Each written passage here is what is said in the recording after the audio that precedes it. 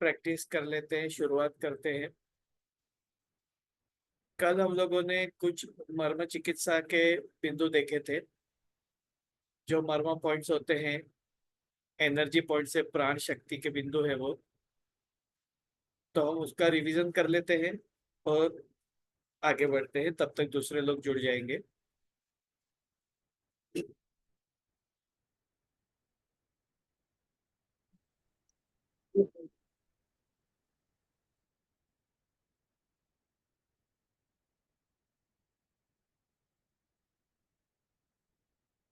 कल हम लोगों ने सबसे पहले देखा था अधिपति मर्म। अधिपति मर्म जो कि शिखा यानी चोटी के जहाँ पे भमर शुरू होती है वहां पे होता है। और उसके लिए मैंने बताया था, जैसे एक, अगर आप एक मैच लेते हैं और उसके पीछे 4 उंगली छोड़ के जो हिस्सा है वो अधिपति मर्म का है। पांचों उंगलियों को इकट्ठा करके आप वहां पे हमें दबाव देना है। नॉर्मल केस में 5 to 7 टाइम्स, जो आप प्रिवेंशन के लिए या डेली हेल्थ मेंटेनेंस के लिए करते हैं तो। और अगर कोई बीमारी के लिए कर रहे हैं तो 15 से 17 बार आपको दबाव देना है। नॉर्मल सांस लेना है और छोड़ते वक्त में आपको दबाव देना है। सांस लेना है, छोड़ते वक्त दबाव देना है। तो एक एक पॉइंट के ऊपर आपको 5 से 7 बार दबाव देना है। हम लोग 7 7 बार दबाव देंगे। पहले हम अधिपति मर्म देखते हैं। आप भी साथ में करते रहिए ताकि आपको प्रैक्टिस भी हो जाए, नाम भी याद रह जाए और हेल्थ का बेनिफिट भी मिले आपको। तो यहाँ पे अधिपति मर्म, नॉर्मल ब्रीथ इन, सांस लेना है, नॉर्मली लेते हैं वैसा ही। और छोड़ते वक्त में प्रेस करना है। 1 2 3 4 5 6 7। उसके बाद में फना मर्म, जो कि बेस ऑफ द नोज, नाक के यहाँ पे है। ये भी हम 7 बार दबाव देंगे। 1 2 3 4 5 6 7। अफोर्डेबल प्रेशर देना है, जितना बर्दाश्त हो सके उतना ही देना है, बहुत ज्यादा जोर से दबाव देने की जरूरत नहीं है। उसके बाद में श्रृंगाटक मर्म, जो कि नाक की हड्डी के पर है, साइड में खड्डा जैसा महसूस होता है वो डिप्रेशन में। 1 2 3 4 5 6 7। श्रृंगाटक के बाद में अपांग मर्म, आईब्रो खत्म होती है बाद में, जो हड्डी है वो हड्डी के बाजू में जो खड्डा जैसा महसूस होता है, यहाँ पे डिप्रेशन जैसा जो है, वो है अपांग मर्म। आंखों के लिए श्रृंगाटक मर्म टेस्ट के लिए, फना मर्म देखा था है वो स्मेल के लिए, अपांग है वो विजन के लिए, दृष्टि के लिए। 1 2 3 4 5 6 7। अपांग मर्म के 2 उंगली पीछे, 2 अंगुल वहां पे और 1 उंगली ऊपर। तो यहाँ से 2 उंगली पीछे और 1 उंगली ऊपर, यानी जहाँ पे आपको जॉइंट जैसा महसूस होता है, फ्रंटल एरिया, जिसको हम कान पट्टी कहते हैं, ये आवर मर्म है। ये भी हम 7 बार दबाएंगे। 1 2 3 4 5 6 7। उसके बाद में विदुर मर्म, कान के पीछे, कान के पीछे जो हड्डी का कर्वेचर है, तो हड्डी का और कान का कर्वेचर, तो हड्डी पे आधा अंगूठा और आधा अंगूठा आपके कान के कर्वेचर पे आएगा, इस तरीके से आपको रखना है दोनों हाथ पे और प्रेस करना है। 1 2 3 4 5 6 7। ये कान से जुड़ी हुई कोई भी शिकायत के लिए काम में आता है। उसके बाद में देखा था हमने स्थपनी मर्म, जो कि यहाँ पे बिंदी लगाते हैं उससे थोड़ा ऊपर खड्डा जैसा महसूस होता है, हड्डी के बाद में वहां पे है स्तपनी मर्म। स्तपनी मर्म देखते वक्त में हमें कैसे प्रेस करना है, उंगलियों को एक दूसरे के साथ में भिड़ाना है, अंगूठे को इस तरीके से रख के अंगूठा हमें यहाँ पे रखना है और इससे हमें ये मर्म को स्टिमुलेट करना है। 1 2 3 4 5 6 7। अभी ये जो पॉइंट्स हम लोगों ने मर्म बिंदु जो देखे, ये मर्म बिंदु के अलावा और एक मर्म बिंदु हम देखेंगे, वो है सीमंत मर्म। सीमंत मर्म जो है वो जहाँ पे नॉर्मली मांग होती है, पहले के स्त्रियां जहाँ पे सिंदूर लगाती थी, तो मांग भरना जिसको हम कहते हैं, तो वो जो मांग वाला हिस्सा है वहां पे सीमंत मर्म है। तो अगर आप दोनों हाथों से अगर लेते हैं तो 4 4 उंगली, या फिर आप अगर समझो यहाँ पे हाथ रखते हैं तो दोनों हाथ आपके जहाँ पे सेंटर में आते हैं, ये बीच की लाइन, ठीक है, यहाँ पे सीमंत मर्म है। ये हम प्रेस कर सकते हैं 1 2 3 4 5 6 7।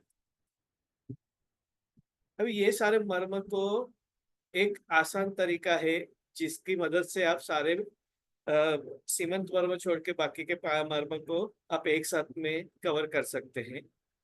तो उसके लिए क्लोज लोटस का तरीका है। अंगूठा जो है वो विदुर मर्म के पास जाता है, उंगली फना मर्म, ये श्रृंगाटक, अपांग और आवर्त।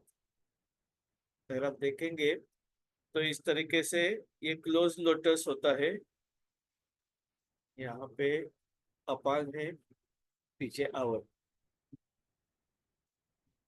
आंखें बंद करके ये पांचों पॉइंट आप एक साथ में, यानी जो पंचेंद्रिय से जुड़े हुए 5 सेंसेस से जुड़े हुए जो पॉइंट है, ये सभी को कवर करने के लिए ये तरीका है क्लोज लोटस। आप आंखें बंद करके इसको प्रेस कर सकते हैं 15 से 18 बार, क्योंकि आप एक साथ में 5 मर्म बिंदुओं को स्टिमुलेट कर रहे हैं।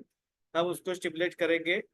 आप फिर से देख लीजिए, हमारी जो छोटी उंगली है वो फना मर्म के पास, पीच जो लिटिल फिंगर या रिंग फिंगर जो है वो श्रृंगाटक मर्म के पास, मिडल फिंगर है वो अपांग मर्म के पास में, और आवर्त मर्म के पास में आएगा इंडेक्स फिंगर। इस तरीके से 4 उंगली, अंगूठा है वो पीछे विदुर मर्म के। तो इस तरीके से ये पांचों मर्म बिंदु हम एक साथ में प्रेस करेंगे 15 बार। नॉर्मल ब्रीदिंग छोड़ते वक्त में दबाव देना है, 1 सेकंड से कम यानी 0.8 सेकंड तक हमें दबाव देना है, और एक साथ में हम सभी पॉइंट्स को दबाव दे सकते हैं। 1 2 3 4 5 6 7 8 9 10 11 12 13 14 15। इस तरीके से हम ये पांचों मर्म को एक साथ में दबाव दे सकते हैं। इसको क्लोज लोटस कहते हैं, जैसे ओपन लोटस कहते हैं, जैसे कमल खिलता है वैसे। क्लोज लोटस में क्या करते हैं, दूसरा जो तरीका है क्लोज लोटस का, इसमें अपांग आवर्त और सीमंत ये तीनों मर्म को एक साथ में कवर किया जा सकता है। और जैसे हम बलून को दबाते हैं उस तरीके से रखना है, तो उसके लिए क्या करना है, हमें हथेली जो है वो अपांग और आवर्त मर्म के पास रखनी है, और उंगलियां जो है वो हम इस तरीके से एक दूसरे को टच करके, जैसे हम बलून दबा रहे हैं उस तरीके से हमें दबाना है। तो इसमें अपांग आवर्त और सीमंत ये तीनों मर्म एक साथ में दबते हैं, और हमें जैसे बलून दबाते हैं वैसे प्रेस करना है। आमतौर पे जैसे हमें सर दर्द होता है तभी सर दबाते हैं, उसी तरीके से ये भी हम 15 बार दबाएंगे। नॉर्मल ब्रीदिंग सांस छोड़ते वक्त प्रेस करना है। 1 2 3 4 5 6 7 8 9, 10, 11, 12, 13, 14, 15।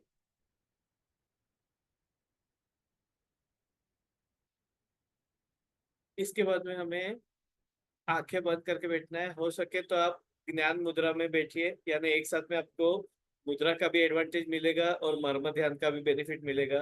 आप ज्ञान मुद्रा लेकर के बैठ सकते हैं। अ, इस तरीके से अपने पैर के घुटने के ऊपर ये रख कर, हाथ को रख के, एक ज्ञान मुद्रा है। आंखें बंद करके नॉर्मल सांस लीजिए और छोड़िए। धीरे धीरे आप अपना ध्यान अधिपति मर्म की ओर लेके जाइए। हम लोगों ने जो जो मर्म आज अभी देखे हैं उसको स्टिमुलेट किए हैं। अधिपति मर्म से आप फना मर्म, जो कि नाक के बेस में है, फना मर्म के बाद में श्रृंगाटक मर्म, जो आंख और नाक के बीच में है, श्रृंगाटक के बाद में अपान मर्म, जो कि आंखों के बाहर की बाजू में है, अपान मर्म के ऊपर आवर्त मर्म पे अपना ध्यान लेके जाइए। आवर्त मर्म से विदुर मर्म की ओर अपना ध्यान लेके जाइए, कान के पीछे। विदुर मर्म से स्थपनी मर्म यानी बिंदी के पास में अपना ध्यान लेके जाइए। वहां से ऊपर सीमंत मर्म की ओर अपना ध्यान लेके जाइए। हम लोगों ने जो जो मर्म स्टिमुलेट किए हैं उसमें क्या क्या संवेदनाएं हो रही है, क्या क्या हलचल हो रही है, वो आप देखने की कोशिश कीजिए, अनुभव करने की कोशिश कीजिए, वहां पे क्या महसूस हो रहा है आपको। नॉर्मल ब्रीदिंग चालू रखिए। सांस लेते रहिए, छोड़ते रहिए।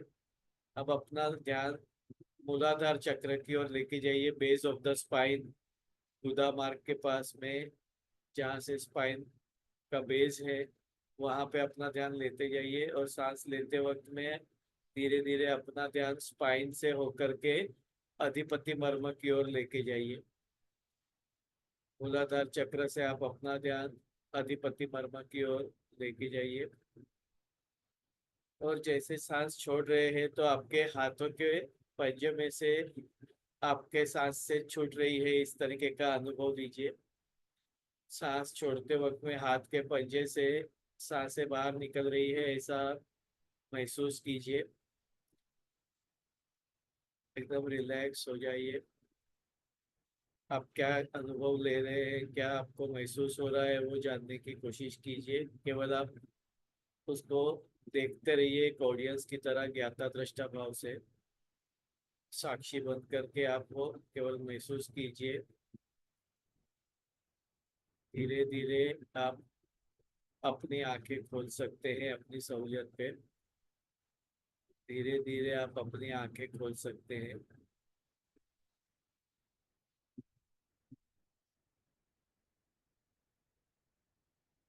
आप अपनी नॉर्मल कंडीशन में आ सकते हैं। अब सांस भी आंखें खोल करके आप बैठ सकते हैं।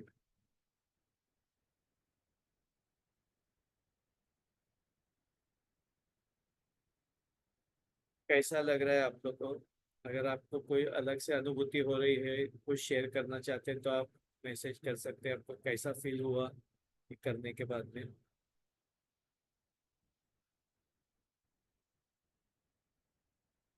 ये आप डेली बेसिस पे कर सकते हैं, रोज कर सकते हैं। यानी कई बार हमारे पास में अगर वक्त की कमी हो तो हम एक साथ में ये सारे मर्मा पॉइंट्स का एक साथ में भी प्रेस कर सकते हैं। 15-15 बार हम प्रेस करेंगे सारे पॉइंट्स मर्मा को एक साथ में। तो ओपन लोटस और क्लोज लोटस में आपको 15-15, 30 बार आपको दबाव देना होगा। 30 बार में आप करीबन, मतलब अगर देखा जाए तो 1 से 2 मिनट में आप ये सारे मर्मा बिंदु को एक साथ में एक्टिवेट कर सकते हैं, स्टिमुलेट कर सकते हैं। तो कम से कम वक्त में भी हम ज्यादा से ज्यादा फायदा ले सकते हैं। और इतना वक्त तो हम अपने लिए निकाल ही सकते हैं, इनफेक्ट निकालना ही चाहिए। क्योंकि जब कोई तकलीफ हो जाती है उसके बाद में हमें बहुत ज्यादा वक्त निकालना पड़ता है। अभी एक पेशेंट आ रहे हैं, उनको पैरालिसिस का सिर्फ माइनर इफेक्ट हुआ है फेस के ऊपर, लेकिन अभी वो ट्रीटमेंट के लिए उनको करीबन 1 से 1.5 घंटा रोज वक्त देना पड़ता है, आने जाने का वक्त अलग से। यानी जब तकलीफ हो जाती है उसके बाद में आपने महसूस किया होगा कि जब भी हम डॉक्टर के पास जाते हैं, खास करके जो लोग डायबिटीज बीपी हार्ट पेशेंट्स हैं, और हर 8-15 दिन महीने पर अगर उनका चेकअप होता है, 1-1 2-2 घंटा वेटिंग में बैठना पड़ता है। आने जाने का ट्रैवलिंग टाइम, ट्रैफिक का टाइम, वो सब एडिशनली, साथ में कोई आता है तो उसका अलग से टाइम। यानी जब तकलीफ होती है तभी हमें कितना सारा वक्त देना पड़ता है। तो बेहतर है कि हम तकलीफ होने से पहले ही थोड़ा वक्त अगर दे दें, तो इतना ज्यादा लंबा वक्त हमें बाद में देने की जरूरत ना पड़े। और ये कि एकदम आसान है, यानी कोई भी कर सकता है। आपको अगर ओपन लोटस क्लोज लोटस नहीं सब जमता है, तो आप इंडिविजुअली सारे में मर्मा बिंदु को एक साथ में बारी बारी से स्टिमुलेट कीजिए। ज्यादा वक्त नहीं लगेगा। अगर 7-7 बार दबा रहे हैं हम अगर, तो फिर वो भी 1 से 2 मिनट का ही प्रोसेस है। यानी हार्डली 1 से 2 मिनट में आपने कितने सारे मर्मा बिंदु को एक्टिवेट किया। और फिर जैसे आप फ्री बैठे हैं तो आप मुद्राओं का इस्तेमाल कर सकते हैं। तो कल हम लोगों ने देखा था ये पृथ्वी मुद्रा, सॉरी वायु मुद्रा, वायु को बैलेंस करने के लिए, फिर आकाश को बैलेंस करने के लिए, यानी स्पेस एलिमेंट के लिए, पृथ्वी को, और जल तत्व को। तो ये पांचों अगर आप बैलेंस करते हैं 10-10 मिनट, तो 40 मिनट होता है। तो जब भी आप कोई टीवी सीरियल देख रहे हैं या आईपीएल देख रहे हैं, या किसी के साथ बात कर रहे हैं या ट्रैवलिंग कर रहे हैं और फ्री बैठे हैं, तो आप मुद्रा लगा के बैठिए। आप अपना रूटीन जो भी देखना है, बातें करना है, करते रहिए, उसके साथ में कोई बात नहीं है। तो हाथ तो ऐसे ही बैठे पड़े हुए हैं, तो मुद्राओं का इस्तेमाल कीजिए, आपको आपका हेल्थ का बेनिफिट मिलेगा। और ये मुद्राएं कोई भी बेड रिडन पेशेंट भी कर सकता है। यानी अगर कोई पेशेंट बिस्तर में है या तो वो चल फिर नहीं सकता है, लेकिन वो मुद्राओं का इस्तेमाल जरूर से कर सकता है। इनफैक्ट अगर समझो किसी की उंगलियां ज्यादा स्टिफ है और वो मुद्रा पकड़ नहीं सकता है, तो आप उसको मुद्रा के पोजीशन में उसकी उंगलियों के ऊपर आप रुमाल बांध सकते हैं, कपड़ा बांध सकते हैं, या टेप लगा सकते हैं। तो थोड़ी देर के लिए अगर उसको इतना ही स्टिफनेस है और उंगलियां बेंड भी नहीं होती है, तो आप उसको मदद भी कर सकते हैं रुमाल बांध करके या कपड़ा बांध करके उसको मुद्रा के रूप में कंटिन्यू रखने के लिए। यानी ये कोई भी इंसान के द्वारा किया जा सकता है, उतना आसान है। छोटे बच्चों को भी आप बता सकते हैं। जैसे बच्चे लोगों को पढ़ाई कर रहे हैं, मेमोरी का प्रॉब्लम है, कंसंट्रेशन का प्रॉब्लम है, या याद नहीं रहता है, दिमाग कहीं और घूम रहा है, काम कहीं और कर रहे हैं, चंचलता वगैरह ज्यादा है, उसको बोलिए कि आप बैठा है, पढ़ाई कर रहा है, ऐसे ही पढ़ाई कर रहा है, ये बैठ करके पढ़ाई कर। या फिर वो कार्टून देख रहा है, टीवी देख रहा है, तो उसको बता दो कि तू फ्री बैठा है तभी ये करते रहना। बच्चों लोगों को भी अच्छा लगता है और उसका बेनिफिट उसमें आपको देखने लगेगा कुछ दिन कंटिन्यू करने के बाद। नॉर्मली कोई भी बदलाव लाने के लिए 3 एक हफ्ते का वक्त लगता है। 21 डेज का एक साइकिल होता है जिसमें आप आपकी आदतें बदल सकते हैं, आपका जो अंदर का सिस्टम है उसमें बदलाव लाते हैं। तो 21 डेज लगता है ये पीरियड को। तो आप किसी को भी बता सकते हैं, जैसे घर में बुजुर्ग इंसान हैं बैठे हैं, ऐसे ही पूरा दिन भर में बैठे बैठे वक्त निकाल रहे हैं, तो कम से कम वो मुद्राएं करेंगे तो उनको उसका हेल्थ का भी बेनिफिट मिलेगा। साथ साथ में सर्टन मुद्रा जो है वो आध्यात्मिक उन्नति वगैरह के लिए भी काम में आती है। इसके लिए आप देखो, तो जब भी कोई जाप वगैरह किया जाता है, ध्यान किया जाता है, तो ध्यान मुद्रा होती है, ज्ञान मुद्रा होती है, इसका इस्तेमाल किया जाता है।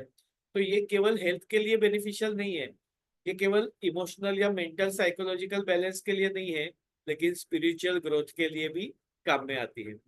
तो इसका इस्तेमाल आप रेगुलर बेसिस पे कर सकते हैं। तो ये 4 मुद्राएं कल हम लोगों ने देखी थी, आज और भी कुछ मुद्राएं देखते हैं। अ, ये हम लोगों ने पंच महाभूतों को बैलेंस करने वाली मुद्राएं देखी।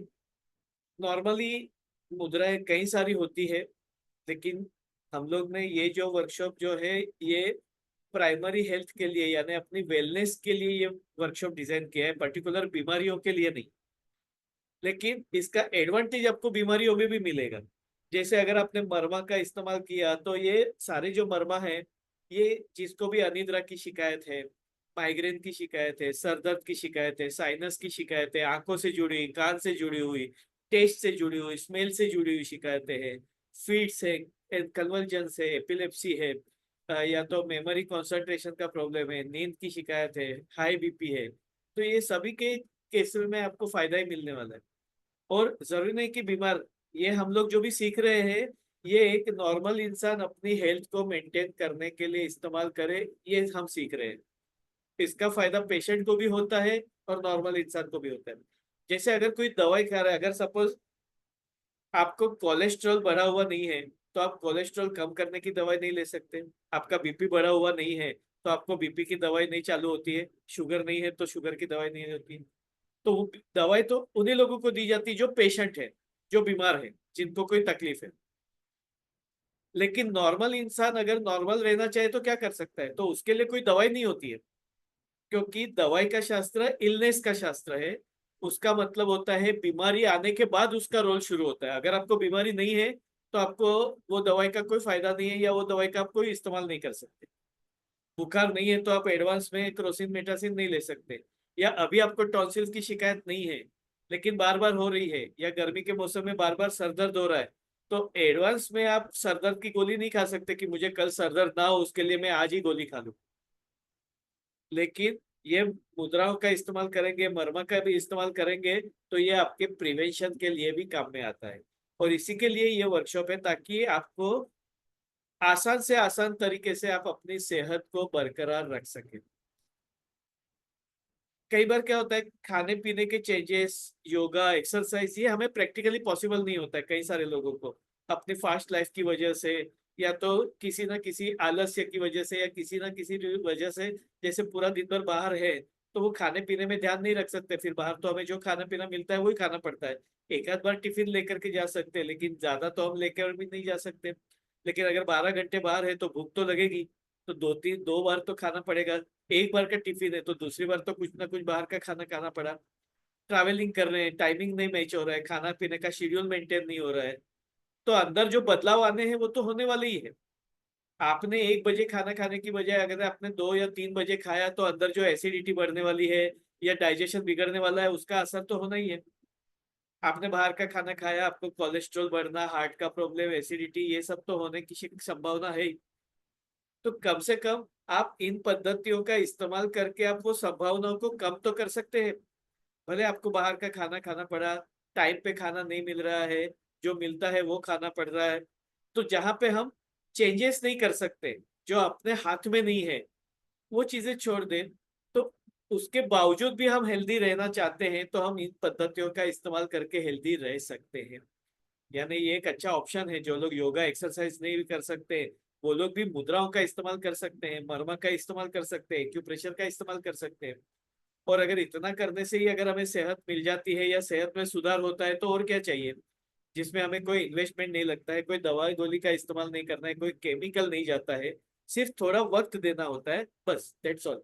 तो वक्त तो हमारे पास में बहुत होता है जो हम ऐसे ही वेस्ट कर देते हैं टीवी देखने में, मोबाइल देखने में, या लोगों के साथ में गप्पे मारने में। तो वो वक्त का इस्तेमाल अगर हम अपनी सेहत के लिए थोड़ा बहुत भी कर ले तो हमें उसका फायदा ही होने वाला है। और ये सारी चीजें आप अपने फैमिली मेंबर्स को भी बता सकते हैं।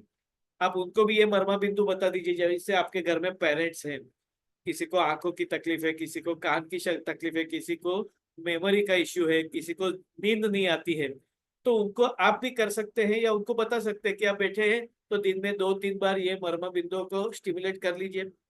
जब भी बैठे हैं टीवी देख रहे हैं तभी आप मुद्राओं का इस्तेमाल कीजिए।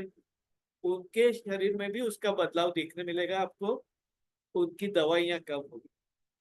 तो ये धीरे धीरे फर्क दिखेगा बट डेफिनेट दिखेगा। सिर्फ हमें रेगुलर बेसिस पे करना जरूरी है। तो उतना तो हम जितना, और इसमें कोई हार्ड एंड फास्ट कंपल्शन नहीं है, जितना वक्त मिलता है, 10 मिनट का वक्त मिला, एक ही मुद्रा करने को मिली, कोई बात नहीं, एक मुद्रा कर लीजिए। आधा घंटे का टाइम है, 3 मुद्रा कर लीजिए। तो जैसे आपके पास में टाइम मिलता है उसके अनुसार आप उसका इस्तेमाल कीजिए। तो कल हम लोगों ने बैलेंसिंग मुद्राएं देखी थी। ये बैलेंसिंग मुद्रा, इसका मतलब कोई भी तत्व वो कम या ज्यादा होगा उसको संतुलित करने का काम ये करता है। इसमें थेरापीटिक मुद्राएं भी होती है, थेरापीटिक मुद्रा यानी बीमारी के अनुसार, लेकिन वो हम मुद्रा का जब विशिष्ट कोर्स करते हैं तो उसमें सिखाई जाती है। मुद्राओं को एक नॉर्मल सिर्फ आपकी जानकारी के लिए बता दूं कि जब अंगूठे के साथ में ये सारी उंगलियों को टच करते हैं तो ये बैलेंसिंग मुद्राएं होती है।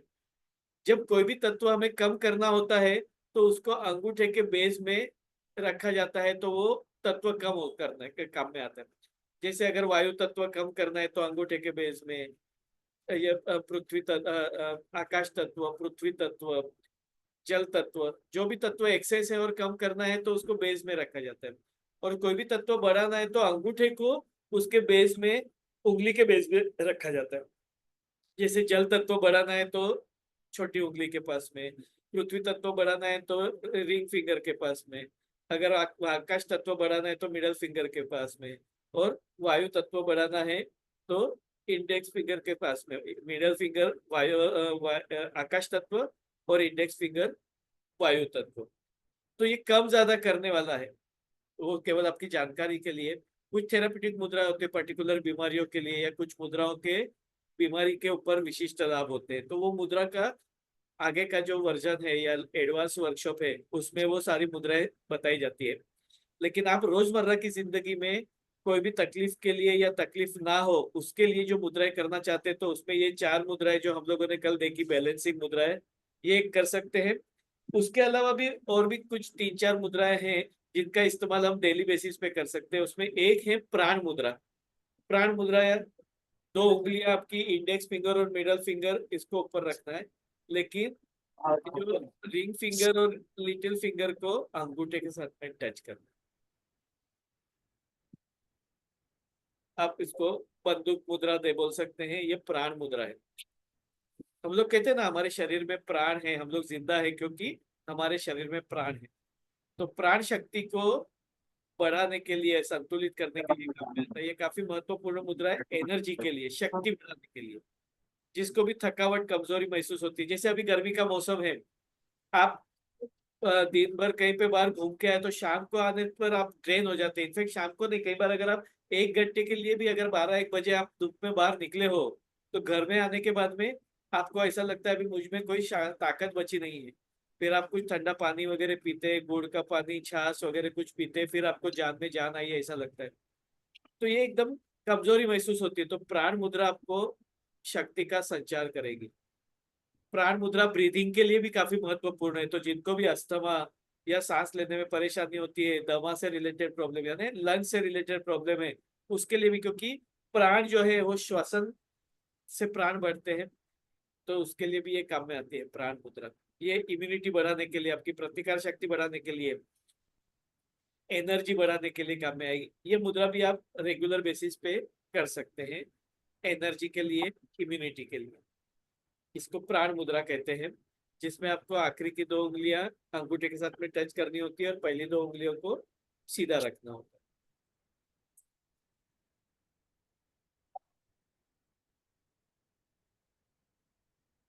उसके बाद में है अपान मुद्रा। अपान मुद्रा में ये दोनों बीच की उंगलियां अंगूठे के साथ में टच करते हैं। पहले हम लोगों ने देखा आखिरी की 2 उंगलियां टच की, प्राण मुद्रा। अब हम लोगों ने बीच की 2 उंगलियां टच की, इंडेक्स और लिटिल फिंगर अपने छोड़ दिए। ये मुद्रा को बोलते हैं अपान मुद्रा। अपान मुद्रा ये कोई भी चीज को बाहर निकालने के लिए, एलिमिनेशन के लिए काम में आती है। हमें बहुत ज्यादा नेगेटिव थॉट्स आ रहे हैं, बहुत ही ज्यादा टेंशन है, और हम वो वरीज को, टेंशन को, वो थॉट्स को बाहर फेंकना चाहते हैं, एलिमिनेट करना चाहते हैं, तो ये मुद्रा काम में आएगी। शरीर के अंदर कोई भी अनवांटेड चीज को बाहर फेंकना है तो उसके लिए अपान मुद्रा काम में आती है।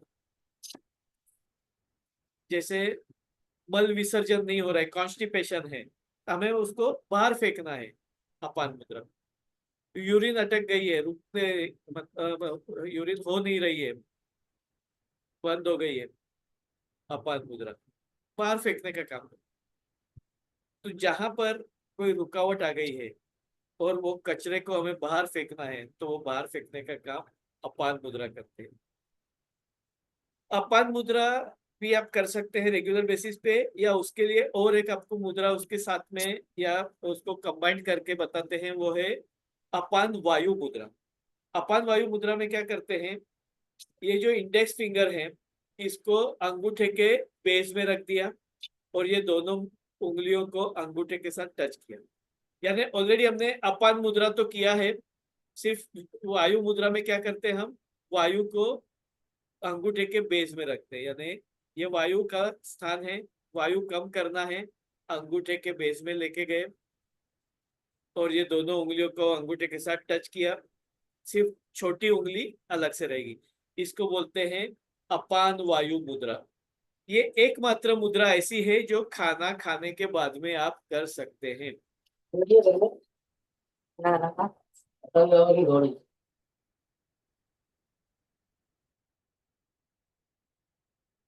जैसे एक आसन कौन सा होता है जो हम खाना खाने के बाद में कर सकते हैं, योगासन में जो आसन हम खाना खाने के बाद इस्तेमाल करते हैं, वज्रासन। वज्रासन। वज्रासन।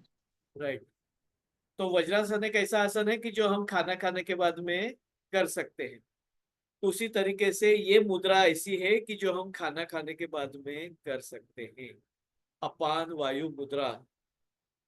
ये हमें दर्द से भी छुटकारा पाए। अगर आपको कहीं पे दर्द होता है, क्योंकि ज्यादातर दर्द होता है वो वायु की वजह से होता है, तो ये मुद्रा आपको दर्द कम करने के लिए भी काम में आती है, डाइजेशन के लिए भी काम में आती है, हार्ट के लिए बहुत ही इफेक्टिव है। आजकल हम लोग बहुत कुछ बाहर का खाते पीते हैं, फास्ट फूड जंक फूड का इस्तेमाल ज्यादा हो रहा है, तो ये जो लाइफस्टाइल की वजह से हार्ट के इश्यूज आजकल बढ़ते जा रहे हैं। अभी तो मतलब आप कुछ सोच ही नहीं सकते ऐसा, मतलब 20 साल की लड़की शादी में डांस कर रही है और डांस करते करते गिर गई, कोई रामलीला करते हुए गिर जाता है, कोई स्पोर्ट्स में खेलते वक्त मैदान पे गिर रहा है, स्कूल में बच्चे लोग गिर रहे हैं और within no time death हो जाती है।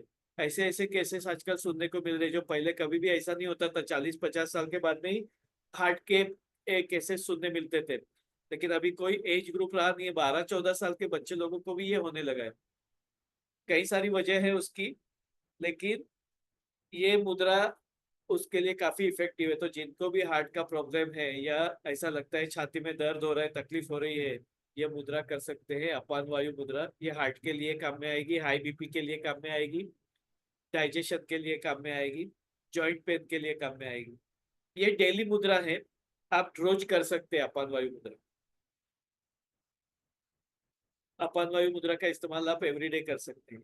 तो हम लोग जो सीख रहे हैं ना, वो ऐसी मुद्राएं सीख रहे हैं जो आप रेगुलर बेसिस पे कोई भी नॉर्मल इंसान भी कर सकता है और पेशेंट भी कर सकते हैं। पेशेंट को भी उसका हेल्थ का बेनिफिट मिलेगा, उसकी तकलीफ कम होगी, क्योंकि डाइजेशन अच्छा होगा तो बहुत सारी तकलीफ कम हो जाती है, हार्ट का फंक्शन अच्छा होगा तो बहुत सारी तकलीफ कम होगी, प्राण शक्ति बढ़ेगी, एनर्जी बढ़ेगी तो उसकी तकलीफ कम होगी। यानी आप अंदरूनी ताकत को बढ़ाने के लिए इन सब पद्धतियों का इस्तेमाल कर सकते हैं। तो ये मुद्राएं काफी इफेक्टिव है। ये शुद्ध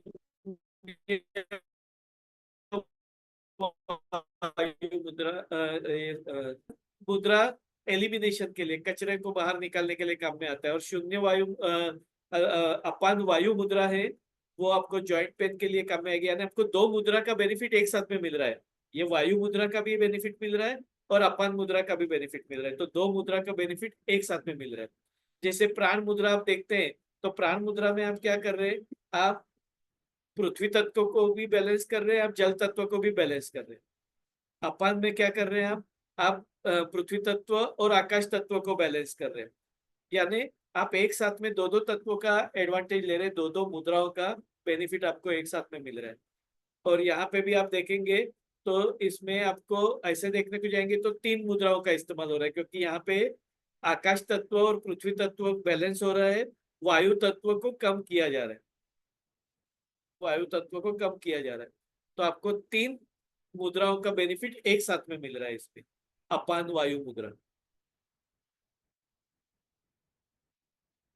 कोई भी बीमारियां होती है, वो नॉर्मली अगर आप देखेंगे बीमारियों के नाम अलग अलग बहुत सारे हो सकते हैं, लेकिन अगर रूट कॉज में आप जाएंगे तो क्या है, या तो उसमें एनर्जी की कमी है, यानी किसी की प्रतिकार शक्ति कम होगी तो बार बार बीमारी होगी। जैसे किसी को बार बार टॉन्सिल हो रहे हैं, किसी को बार बार साइनस हो रहा है, एलर्जी हो रही है, हाजमा बिगड़ रहा है, फूड पॉइजनिंग हो रहा है, तो ये क्या बता रहा है, इम्यूनिटी कम है, प्रतिकार शक्ति कम है, यानी शक्ति की कमी है, तो कोई भी बीमारी हम पर हल्ला कर सकती, जैसे कोविड में देखा हम लोगों ने कि जिनकी इम्यूनिटी वीक थी उनको उसका असर हुआ, जिनकी इम्यूनिटी स्ट्रांग थी उसको कोई तकलीफ नहीं हुई।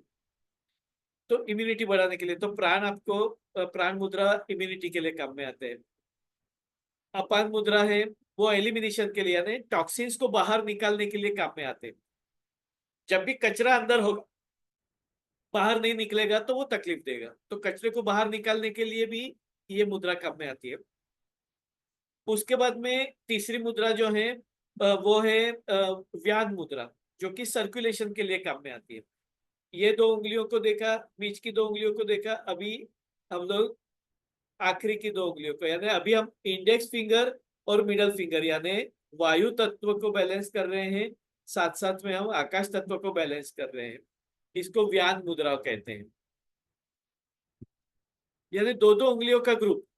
पहले हम लोगों ने ये दो उंगलियां देखी, उसके बाद में ये दो उंगलियां देखी, अभी हम लोग ये आखिरी की दो उंगलियां, इस तरीके से।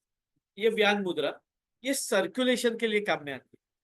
जिनको भी सर्कुलेशन का प्रॉब्लम है, अभी उम्र बढ़ती है वैसे सर्कुलेशन डिस्टर्ब हो जाता है, तो किसी को वेरिकोज वेन्स की तकलीफ होती है, किसी को बीपी में कम ज्यादा होता है, कोई कहता है कि हार्ट में ब्लॉकेजेस हो गया है, कोई बोलता है ब्रेन तक ब्लड नहीं पहुंच रहा है। तो ये सारे सर्कुलेशन के डिफेक्ट है। तो सर्कुलेशन के डिफेक्ट को कम करने के लिए व्यान मुद्रा काम में आएगी। यानी प्राण मुद्रा, अपान मुद्रा और व्यान मुद्रा, ये तीनों मुद्राएं आपके लिए बहुत ही काम की है, क्योंकि ये बीमारी की जड़ को ठीक कर रही है। आप एनर्जी ला रहे हैं, उसके बाद में आप कचरे को बाहर भी निकाल रहे हैं, और साथ ही साथ में आप सर्कुलेशन को भी इम्प्रूव कर रहे हैं। यानी इवन दो आपके खाने पीने में जो भी बदलाव हो रहे हैं या उसकी वजह से जो भी तकलीफ हो रही है, तो उसको रिपेयर करने का काम ये मुद्राएं कर रही है। उसका मतलब ये नहीं है कि आप कुछ भी खाए पिएंगे तो चलेगा और मुद्रा कर लेंगे तो ठीक हो जाएगा। नहीं, जितना आप परहेज रखेंगे, जितना आप खाने पीने में ध्यान देंगे, उतना ज्यादा सपोर्ट मिलेगा, जल्दी ठीक होंगे। लेकिन अगर फिर भी कुछ कंट्रोल नहीं किया जा रहा है, या खाने पीने की गड़बड़ी की वजह से तकलीफ हो रही है, लेकिन फिर भी उसको रिपेयर करने का काम ये मुद्राएं कर रही है। तो ये मुद्राओं का इस्तेमाल आप कर सकते हैं। उसके बाद में एक है शून्य वायु मुद्रा। शून्य वायु मुद्रा में क्या है, इंडेक्स फिंगर और मिडल फिंगर ये दोनों को भी अंगूठे के बेस में रखा है, अंगूठा ये दोनों उंगलियों के ऊपर।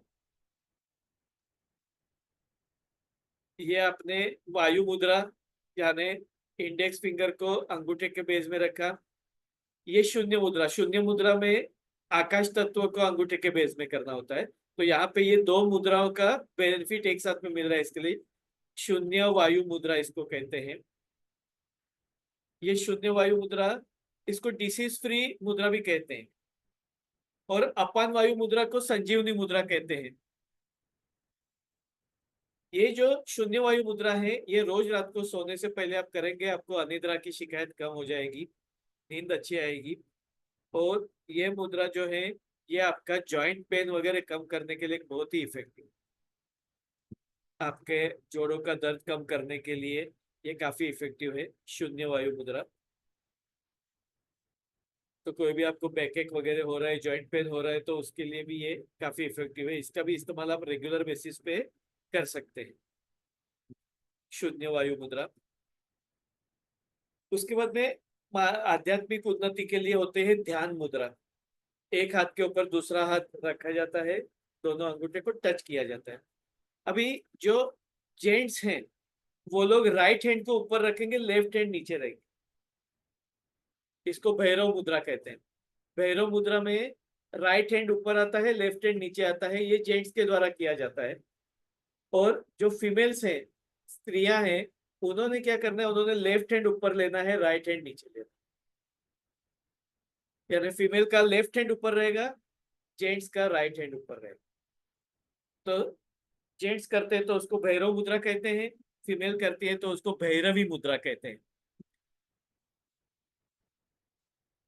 ये आपका दोनों लेफ्ट और राइट ब्रेन को बैलेंस करने के लिए काम में आता है। लेफ्ट और राइट ब्रेन जो होता है, एक लॉजिकल है, एक क्रिएटिव है, तो ये दोनों ब्रेन को बैलेंस करने के लिए ध्यान मुद्रा काम में आती है। ये आपका मानसिक ताकत बढ़ाने के लिए, memory, concentration, brain related, emotion related issues को कम करने के लिए काम में आते हैं। तो इसके लिए मेडिटेशन के लिए ये मुद्रा का इस्तेमाल होता है। आप देखेंगे तो मेडिटेशन करते हैं तो वो लोग ध्यान में बैठते हैं, तो ध्यान में बैठते हैं तो ये मुद्रा का इस्तेमाल किया जाता है। तो ये मुद्रा आपको आपके दोनों हेमिस्फीयर को, ब्रेन को बैलेंस करने के लिए काम में आते हैं। काफी इफेक्टिव मुद्रा है ये, और ये भी एवरीडे कर सकते हैं। अगर आपको 5 से 6 मुद्रा ऐसी है जिनका इस्तेमाल आप रोज कर सकते हैं। वैसे तो मैंने बताया ये चारों मुद्रा बारी बारी से ये बताया आपको। फिर ये व्यान मुद्रा, प्राण मुद्रा, अपान मुद्रा जो है इसका इस्तेमाल आप कर सकते हैं। शून्य वायु मुद्रा का इस्तेमाल आप कर सकते हैं। ध्यान मुद्रा का इस्तेमाल आप कर सकते हैं। ये 8 से 10 मुद्राएं आप एवरीडे यूज कर सकते हैं। अगर आपके पास में वक्त है 1.5 घंटे का, तो आप 10-10 मिनट सभी मुद्राओं का इस्तेमाल कर सकते हैं। लेकिन अगर आपको उतना वक्त नहीं है आपके पास में, और 1 घंटे में आपको करना है, तो 6 मुद्राएं ऐसी हैं जिनका आप रेगुलर बेसिस पे इस्तेमाल कर सकते हैं। अब ये 6 ही मुद्रा क्यों है, तो उसके पीछे का भी कुछ शास्त्र है, कुछ उसकी वजह है। जिसमें एक है पृथ्वी मुद्रा। तो ये पृथ्वी मुद्रा आप एवरीडे प्रैक्टिस कर सकते हैं। पृथ्वी मुद्रा और अपान वायु मुद्रा, ये दोनों मुद्राएं जो हैं ये स्थूल शरीर के लिए काम में आती है। एक स्थूल शरीर होता है, एक सूक्ष्म शरीर होता है। ऐसे तीन जो योगा जो डीप में जाते हैं, तो उन लोगों को उसके बारे में ज्यादा पता होता है कि सूक्ष्म शरीर, स्थूल शरीर, आनंदमय शरीर, ये उसकी कैटेगरी होती है। यानी अंदरूनी बाहरूनी ये सब फायदे मिलते हैं। तो आप पृथ्वी मुद्रा का इस्तेमाल कर सकते हैं, और अपान वायु मुद्रा का इस्तेमाल कर सकते हैं स्थूल शरीर के लिए, फिजिकल कम्प्लेट्स के लिए। उसके बाद में आप प्राण मुद्रा का इस्तेमाल कर सकते हैं, जो हम लोगों ने बताया था। और शून्य वायु मुद्रा, ये सूक्ष्म शरीर के लिए काम में आता है, यानी शरीर के अंदर जो बदलाव हो रहे हैं, तो ये आपकी इम्यूनिटी बढ़ाने के लिए, आपको हार्ट के वगैरह इश्यूज या जॉइंट पेन के इश्यूज को कम करने के लिए, तो उसके लिए ये काम में आएगा सूक्ष्म शरीर के लिए, प्राण मुद्रा और शून्य वायु मुद्रा। उसके बाद में आपको ज्ञान मुद्रा और ध्यान मुद्रा, ये आपके आध्यात्मिक उन्नति के लिए, मानसिक विकास के लिए काम में आएगा। तो ये ज्ञान मुद्रा और ध्यान मुद्रा, ये दोनों आपको आध्यात्मिक उन्नति के लिए और मानसिक विकास के लिए काम में आएगा।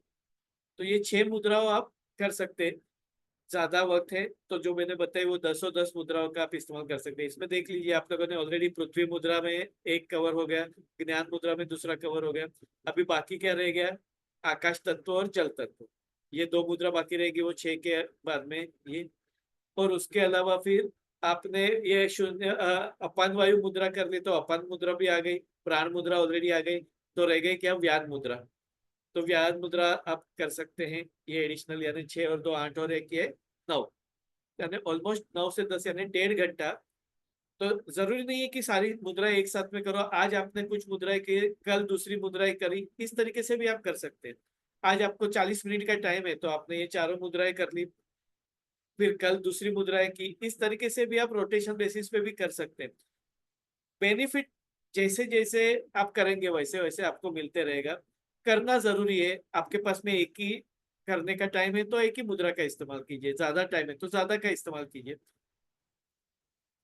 इस तरीके से आप अपने डेली रूटीन में इसका इस्तेमाल कर सकते हो। और खास करके जो लोग सीनियर सिटीजन्स हैं, जो लोग ऐसे ही फ्री बैठे हैं, पूरा दिन भर टीवी देख रहे हैं बैठे बैठे, तो उनके लिए भी ये अच्छा है। या इवन वाचन वगैरह भी कर रहे हैं, तो वो भी कुछ मुद्रा में अगर बैठते हैं तो और भी अच्छा है, एडवांटेज उनको ज्यादा मिलेगा।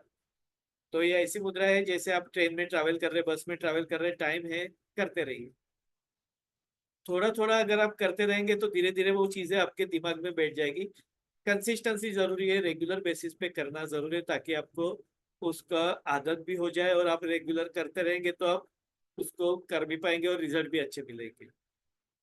तो ये मुद्राएं काफी इफेक्टिव है, क्योंकि हमारा शरीर और ब्रह्मांड पंच महाभूतों से बना हुआ है, और ये पंच महाभूतों को ये रिप्रेजेंट करती है उंगलियां।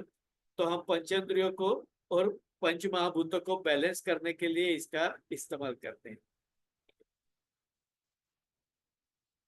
इंटरेस्टिंग लगता है आपको मर्मा मुद्रा, एक्यूप्रेशर वगैरह तो बहुत सारे लोगों को पता होता है, लेकिन इन पद्धतियों के बारे में लोगों को ज्यादा पता नहीं है। और ये फ्री में बेनिफिट देने वाली पद्धतियां हैं। आपको इसके लिए कोई इन्वेस्टमेंट नहीं करना पड़ता है, आपको इसके लिए कोई साधन सामग्री की जरूरत नहीं होती है, केवल थोड़ा वक्त देना है। लेकिन यही मैंने देखा है कि लोग ना सीखते बहुत कुछ है, इम्प्लीमेंट कम करते हैं।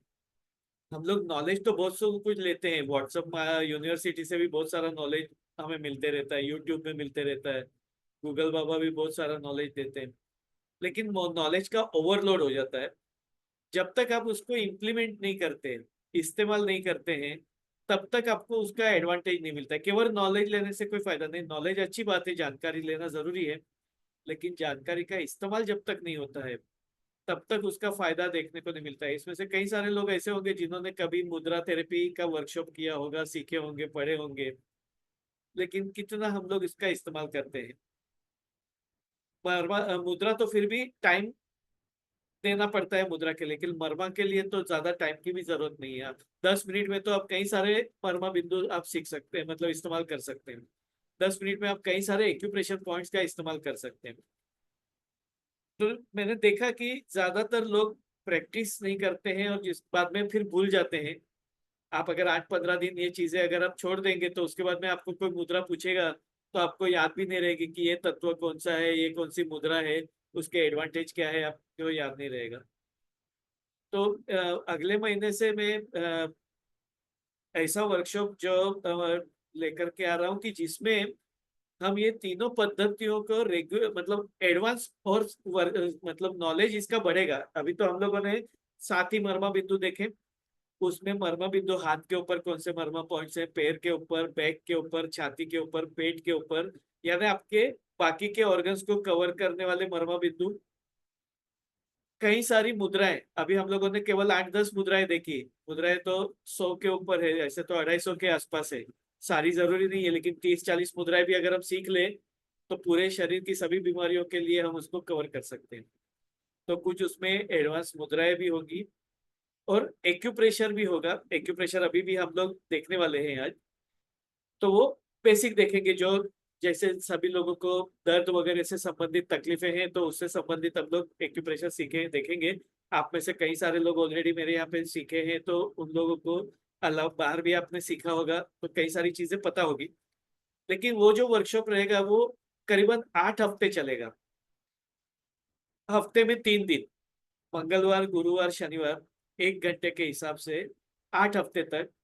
जिसमें पहले 5-10 मिनट जो होगी वो रिवीजन सेशन होगा, यानी कल हम लोगों ने या लास्ट सेशन में क्या देखा उसका एक रिवीजन यानी रिकैप जैसा हो जाए। आधा घंटा करीबन लर्निंग प्रोसेस रहेगा, जिसमें हम जो भी नया नए पॉइंट्स होंगे, नए मर्मा बिंदु होंगे, नई मुद्राएं होगी, तो वो 1 बाय 1 सीखेंगे। आधा घंटे का वो लर्निंग प्रोसेस रहेगा। लेकिन 15-20 मिनट हमारा प्रैक्टिस सेशन रहेगा। आज हम लोगों ने शुरू में जैसे 5 मिनट हम लोगों ने मर्मा की प्रैक्टिस की, जो कल हम लोगों ने मर्मा पॉइंट्स देखे थे, वो हम लोगों ने 5 मिनट में हम लोगों ने एक प्रैक्टिस सेशन किया। लेकिन वो वर्कशॉप ऐसा रहेगा जिसमें एवरी डे 15 मिनट हमारा प्रैक्टिकल सेशन रहेगा, जिसमें हम जो जो मर्मा बिंदु सीखेंगे या जो जो एक्यूप्रेशर के पॉइंट सीखेंगे उसका प्रैक्टिस भी करेंगे। और थोड़ा मेडिटेशन, जो हम लोगों ने अभी मर्मा ध्यान किया, उस तरीके से एक 5 मिनट का मेडिटेशन होगा, 10-15 मिनट की बाकी की प्रैक्टिस। यानी एवरी टाइम आपको 15 मिनट आपका प्रैक्टिस सेशन होगा। अगर आप सोचिए 8 हफ्ते यानी ऑलमोस्ट 2 महीने तक अगर आप ये सारी चीज रेगुलर बेसिस पे करते हैं, तो आपको का बेनिफिट आपको मिलने की संभावना है। क्या लगता है आपको? रेगुलर बेसिस पे अगर किया जाए इस तरीके से, तो उसका फायदा मिलेगा कि नहीं मिलेगा?